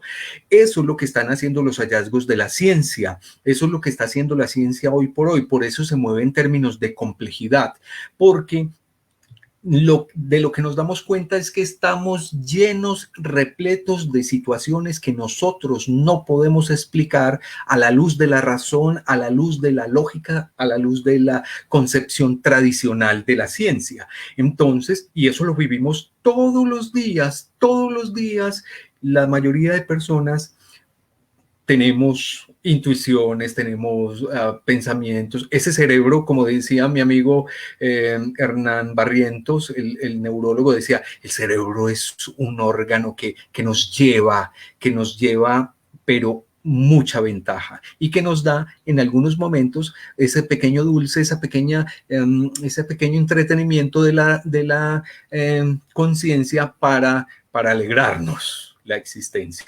Es muy bonito. Qué bien, Oliver. Marcela Vázquez nos dice cómo mezclar emociones y entorno, una maravilla. Gracias. Luis Marte dice, excelente exposición, muchas gracias por compartirla. Gracias también pues a Luis por estar aquí con nosotros en esta noche. Mari de Corazones dice, gracias, ¿cuándo es la otra? Bueno, Mari, te cuento que hablemos de ciencia política todos los miércoles a las 8:15. La próxima sesión inclusive vamos a estar con un profe de bolivariana, no sé si de pronto Oliver lo conoce, que es Luis Guillermo Patiño. Él ha sido profesor pues allí mucho tiempo de relaciones internacionales, pero también un hombre muy vinculado con la educación, fue secretario de educación inclusive del municipio de Medellín, y entonces pues tendrá muchos temas que aportarnos. Todavía estamos cuadrando con él como la agenda de la semana, todavía no podría anunciar un tema, pero oportunamente le estaremos dando a conocer como a la audiencia el tema pues con el profesor Luis Guillermo. Actualmente es el director pues del pregrado en Ciencia Política de Bolivariana y bueno, pues vamos a compartir con él el próximo miércoles. Diego Calle Pérez, historiador, nos dice felicitaciones a Oliver por esa exposición y la tenemos que llevar a varios municipios de Antioquia. Vamos a ver si nos patrocina Colanta, alguna otra cooperativa. Ah, bueno, excelente, Diego. Pero no necesitamos que nos patrocine nadie, vamos y conversamos. A propósito, les voy a pedir, ahí esto suena pues así como, me da como está un poquito de pena, pero yo tengo una página que se llama así, La Basura y su Memoria, en Instagram. Ah, y excelente. Entonces están invitados a que se sumen a esa página porque ahí tengo colgados muchas de las cositas que mostré y las tengo colgadas. Y a Diego, de una, sino que me inviten, me digan cuándo programamos una fecha y no necesitamos patrocinio de nada. yo tengo una moto y vamos y conversamos. De hecho, podemos llevar algunas cositas que puedan servir de materialidad para la didáctica. Diego ha venido haciendo un ejercicio muy interesante, o pues yo no sé qué tan intencional sea, pero es ir presentando fotografías de las cuadras, de las esquinas de la ciudad, de las casas de la ciudad. Bueno, son fotos cotidianas, yo veo que no es propiamente una foto preparada, pero sí una foto que muestra un entorno y que bueno, eso también crea una memoria importante sobre esa ciudad que conocemos, que me parece ese ejercicio pues muy interesante. Lo he venido pues como conociendo a propósito del perfil de Diego en Facebook. Creo que interesante lo que nos cuentas de Instagram porque podemos conectar las páginas para también aquí estar replicando como esos aportes que vienes haciendo allí en la página, Oliver. Ay, muchas gracias, Jaime. Sí, me interesaría mucho. Ahí he Sí. subido varias cositas. Sí. Alejandro Cometa, politólogo de la Nacional, que también nos acompañó aquí con este tema tan valioso sobre ideas comunistas en Colombia, nos dice, interesante perspectiva de investigación y recuperación de la información. Qué bueno que estés aquí acompañándonos, Cometa. Carlos Flores, muchas gracias, Carlos, por tu presencia, por la pregunta que hiciste al aire. Isabel Ocampo nos dice, gracias por compartir algo tan bonito en este espacio. Gracias. Qué bueno, Muchas Isabel, gracias. estás aquí. Lian Vega nos saluda desde Costa Rica. Qué bueno, Lian, que te hayas conectado y bueno, que conozcas también esta parte del ejercicio que se viene haciendo aquí en Colombia alrededor del tema de la memoria. Placer, Liam. Socorro te agradece todas tus clases en Medellín. Ah, qué bien. Sí, bueno, muchas gracias. Una estudiante también que reconoce tu trabajo como docente, Oliver. Pero ella más que mi estudiante fue una persona que me acompañó en un proceso muy fuerte y muy bonito cuando trabajábamos hace muchos años con las mesas barriales de convivencia. Y entonces aprendí mucho. De hecho, ese caminar con ella por las calles fue un aprendizaje que de todo corazón le agradezco a Mari. Qué bueno, qué bueno. Otras conexiones, ¿no? Sí. Esas son otras conexiones entre nosotros, entre los seres humanos que nos permiten otras posibilidades de conexión ya con la basura y con la memoria. Muy interesante. Sí. Ángel Herrera Díaz nos dice, tuve la oportunidad de tomar un curso con el profe Oliver y recuerdo muy bien que tocamos el tema de los fenotipos.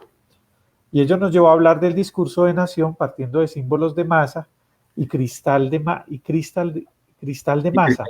Sí, Elías Canetti, ahí está haciendo, gracias Ángel. Con Ángel hicimos un ejercicio muy, muy charro y es que en algún momento distribuimos un presupuesto a los estudiantes. Entonces, digamos, distribuimos primero sectores y a cada sector se le daba un presupuesto para que, digamos, resolvieran problemas. En últimas, se embolató tanto la cosa que faltaron o sobraron como 5 millones de pesos y eso nos hizo reír con otro compañero, José, que era el responsable del manejo presupuestal y sobraron como 5 millones y eso hizo que sacara una nota mala. Porque no podía sobrar. Fueron secretarios de Hacienda, ministros. Exactamente, sí. Por un día. Sí. Bueno, eso está muy bien. Le sobró plata y entonces perdió la nota. Héctor Lorza, en la basura me encontré unas fotos, creo que son de Ivo Romaní. Bueno. No sé quién es Ivo Romaní. Yo tampoco lo tengo como en el radar. Si las puede mostrar, sería muy bueno. Sí. En la basura y su memoria, en Instagram me las puede mostrar ahí y las publicamos de una. Si de pronto nos puedes también ilustrar un poco más, Héctor, ahí mismo en el chat o conectándote en el estudio, pues excelente. En la calle compré 1,000 pesos de poesía, 3 poemas. Uno de ellos es Soy un animal de la noche que atraviesa el día como quien se ha tragado una hoguera. ¿Qué es esa hermosura? Sí, es muy hermoso. Giovanni Taborda, concuerdo con el profe, el PEP es el Plan de Protección Patrimonial de Medellín. Eso de resfriado, por no decir más feo, algo de historia. Altavista tiene que ver con la construcción de la nueva villa y los hornos que tuvieron que ver con esa construcción de adobes. Se nos cayó porque no hay una política de preservación clara del patrimonio. Ah, qué interesante ese tema, Giovanni, ¿cierto? También esa conservación como esa infraestructura que hay en Altavista para la construcción de... Es que en últimas todos sumamos, por eso es tan importante este tema, porque todos, por eso hablo de fragmentos, porque en últimas, si miramos y si juntamos todos esos fragmentos, lo que creamos es esta ciudad en realidad. Una pregunta interesante de Héctor Lorza. Oliver, ¿estuviste alguna vez en el basurero de Moravia? Desde niño me encantó la basura. Fui visitante del basurero Moravia. Sí, Héctor, yo también lo conozco y lo conocí cuando era basurero, pero yo desde pequeñito, o sea, yo tenía 7 años y me iba con Jaimito a buscar las tapitas de Fanta que traían los Guinness Records. Y Claro. mi hermano también iba a buscarle manos de muñecas a mis hermanas, ¿sí? Y nos íbamos, o sea, el basurero era todo un mundo de aventura, era un mundo de aventura. No se alcanzan a imaginar los juguetes que logré conseguir ahí. ¿Y periódicos antiguos, Oliver? Tengo lo que quieras, tengo lo que quieras. Una persona coleccionaba todo lo relacionado con el alunizaje y otra todo lo de la caída del régimen nazi y yo los tengo. Ay, se me ocurre otra, la palabra parce que se le otorga al parlache, que parlache significa parlar en el parche, pero no, la palabra parce está en un recorte de periódico que tiene el poemario de la monja María Teresa de Jesús Arango Cárdenas. Entonces ella tiene un pequeño recorte, se los voy a poner en la página de Instagram y aquí pues se lo puedo poner, aparece la palabra parce para hablar de amigo, que es, y estoy hablando de un periódico de hace de más de 100 años, que es muy bonita. Interesante. Luis Marte nos dice, bien podría llevar usted esta información al libro como ejercicio de diletantes, meras especulaciones y juegos de ensayos. Ay, Sería un sí. buen aporte de su parte. Sí, sí, esa es mi intención, juegos diletantes, sí, eso es. Por acá están pidiendo la página de Oliver en Instagram. Es esta Oliver, La basura y su memoria. Gracias, Bere, gracias, sí, es esa. www.instagram.com, La basura y su memoria. Muy bien. Héctor Lorza, primera vez que los escucho, felicitaciones, me acuerdan de los fotógrafos callejeros, uno en particular del barrio popular número 1, fotografió todo el nacimiento del barrio a blanco y negro. Uy, este está interesante conocerlo. Vea, aquí hay el archivo, por ejemplo, de Jaramillo, de César Augusto Jaramillo, no está todo revelado. El papá de Víctor Gaviria, no sabía. Es el papá de Víctor Gaviria. Gracias, Héctor, hermano, por ese dato. Qué tan bueno que te logramos coger de nuevo. Ivo Romani tenía su estudio en el barrio Prado, cineasta. Oh, perfecto. Interesante. Un saludo a Víctor, porque lo conozco, es muy... Me estaba anunciando César Callejas, que está aquí en la audiencia en este momento, espero que todavía esté, que vamos a hacer un trabajo sobre rock y política, tal vez en diciembre. Entonces, sería bueno, también interesante hacerlo sobre cine y política, a propósito que Héctor Lorza nos trae, pues, como también el tema del cine, hace la conexión, ¿no?, con este tema. Marcela Vázquez, porque somos en muchas veces total desconocidos con el arraigo, con lo que somos, lo que nos rodea y con la patria, como dice la frase, país sin memoria. Sí, Marcela. Qué fuerte. Sí, un país sin memoria. Aquí tuvimos un ejercicio muy interesante.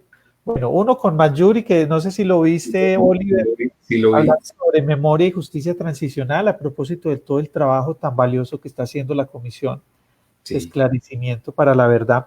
Pero también uno con Paula Reyes, no sé si de pronto la conoces, filósofa. No la conozco, pero sí vi el programa. Y bueno, ese también es un ejercicio bien interesante desde la literatura, esa construcción de la memoria que se pueda, bueno, y tan cruda, ¿cierto?, tan dolorosa, sobre lo que ha sido pues el conflicto armado colombiano y sus impactos, todos sus daños pues en tantos años, que todavía sigue pues haciéndonos mucho daño pues este conflicto. Ah, eso se me deja triste. Rock, política, cine, espectacular, nos dice Marcela Vázquez. Bueno, vamos a tratar de organizar un buen programa con este tema.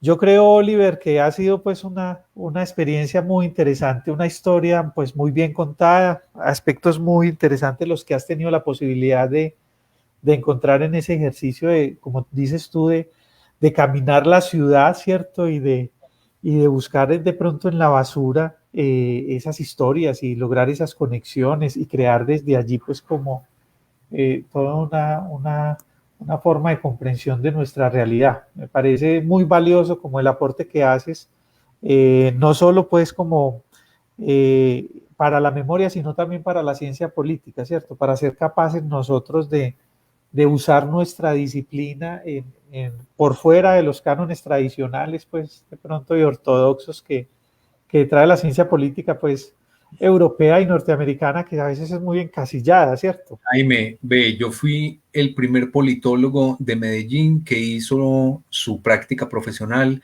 en el extranjero. Cuando llegué, cuando llegué y conseguí el primer trabajo en la alcaldía, me dijeron, mire, váyase para San Sebastián de Palmitas, que Sí. usted va a ser los ojos del secretario de gobierno en Palmitas. Y yo llegué así como, yo vengo del exterior, soy politólogo, y entonces, ¿y sabes cuál fue mi primera actividad como politólogo que venía del exterior? Era subir una volquetada de maticas que había que sembrar y entonces había que guardarlas. Entonces me dicen, venga, tiene que, señor, usted es un funcionario, ayude a subir las benditas maticas, y era una volquetada de maticas subiendo hasta un tercer piso. No te alcanzas a imaginar. Claro, eso es el aterrizaje que uno tiene. El aterrizaje, exactamente, el aterrizaje. Y de lo que podemos ser en una sociedad, ¿cierto? Si somos capaces de convertirnos en un agente transformador de nuestra propia disciplina. Sí. Héctor Lorza nos da otro dato sobre, bueno, el Ya, padre ya. Ivo Romani nos dice, pero papá no biológico, sino que de él aprende, se conocieron, ¿cierto? Bueno, ok. Pues digamos como quien fue su mentor dentro del cine, bien interesante. Héctor Garcés dice, excelente perspectiva, saludos desde Pereira, primera vez que me acerco a este espacio de conversación histórica y es un viaje total escuchar este concepto de la basura y su memoria. Qué bueno que estés aquí, Héctor, hermano.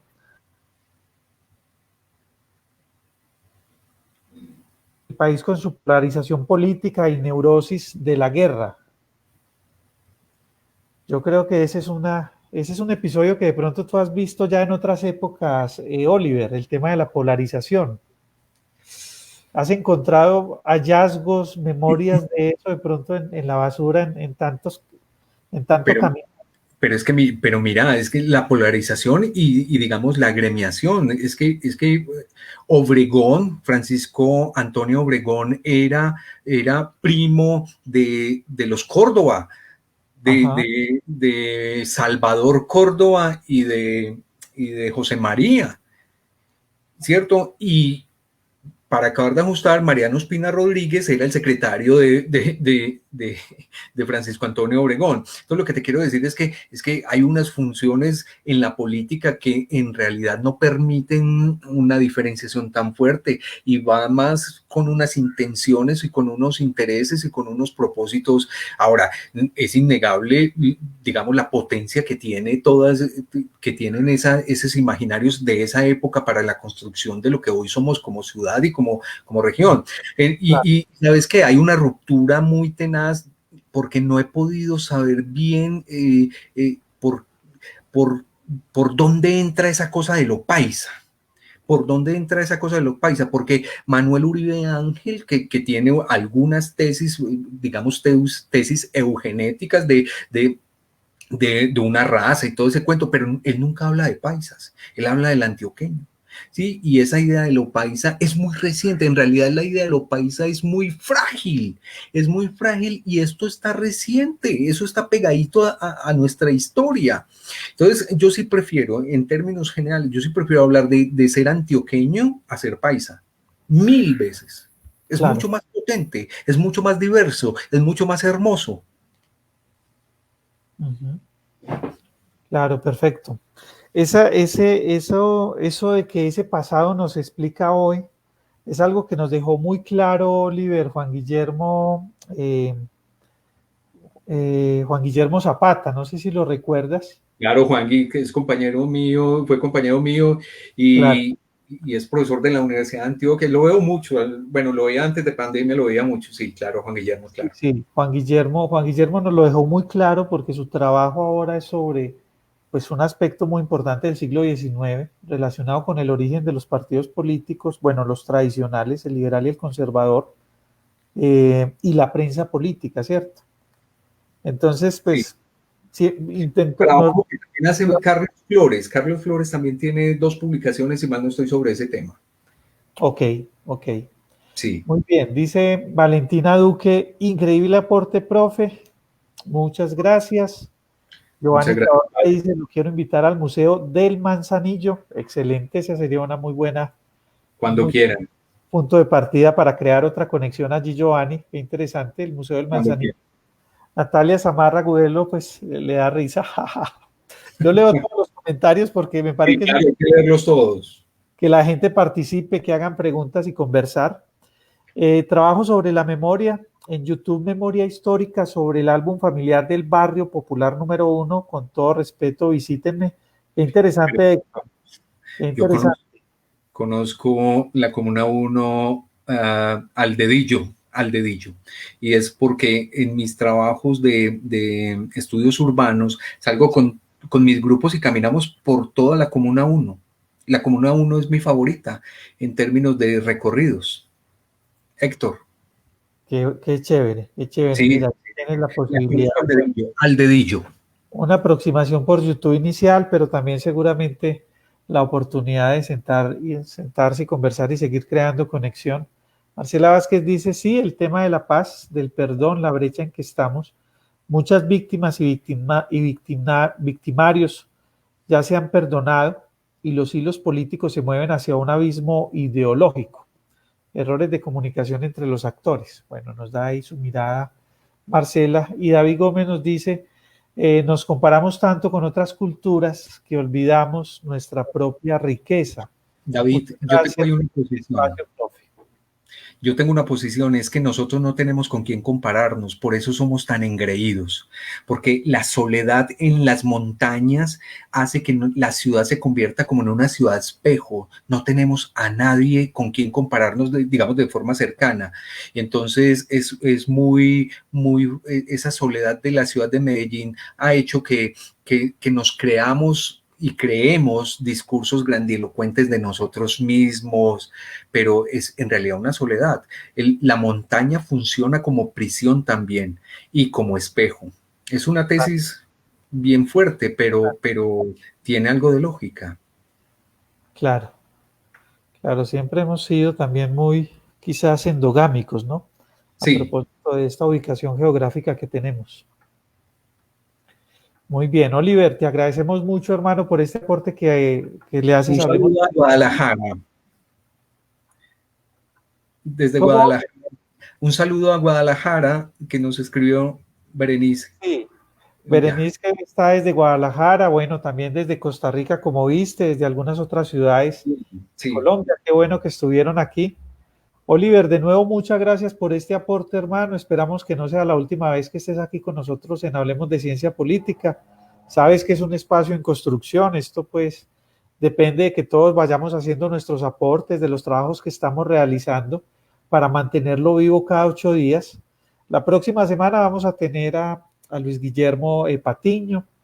Todavía no sabemos qué tema vamos a abordar con él, pero es un hombre bien interesante que yo sé que nos puede aportar en sus investigaciones. Y dentro de 15 días, no sé si Oliver recuerda, vamos a tener a Carlos Toledo. No sé si recuerdas a Toledo la, de la universidad. eso es una maravilla. Ese señor nos hacía llorar en clase, de 6 de la mañana uno llorando, escuchando su trabajo. Bueno, pero hay dos Toledos. Hay Carlos Toledo, el que estudió con nosotros ciencia política, y Toledo también, José Fernando Toledo, que deberíamos invitarlo también. No estamos hablando de Fernando Toledo, ¿no? ¿Cómo? Ya. Ya pensé que estamos hablando de José Fernando Toledo. José Fernando, que ha tenido un papel tan importante en el tema de derechos humanos, Sí. bueno, sería bien interesante también traerlo para hablar, yo creo que sobre diplomacia nos puede hacer Yo le aportes. perdí el rastro, le perdí el rastro. Hay que recuperar ese rastro, Oliver. Oliver, muchas gracias por todo, gracias a la audiencia, los esperamos el próximo miércoles, las esperamos también el próximo miércoles, y bueno, excelente pues como esta intervención. Recuerden que ya tenemos un canal en YouTube, las invitamos para que se suscriban y para que le den compartir en el canal de YouTube, también para que le den me gusta en Hablemos de Ciencia Política en la página, para que se vuelvan seguidores y nos ayuden replicando esta iniciativa para que otras personas las conozcan. Gracias a Héctor pues por sus aportes, bueno, a Natalia Zamarra Gudelo que también se conectó, Sara Incapié Zuluaga, David Gómez Cantillo, Marcela Vázquez, Héctor Lorza, ¿cierto? Tantas personas que estuvieron el día de hoy con nosotros. Que pasen una feliz noche. Muchas gracias a todos y a todas por su compañía. Hasta luego. Hasta luego.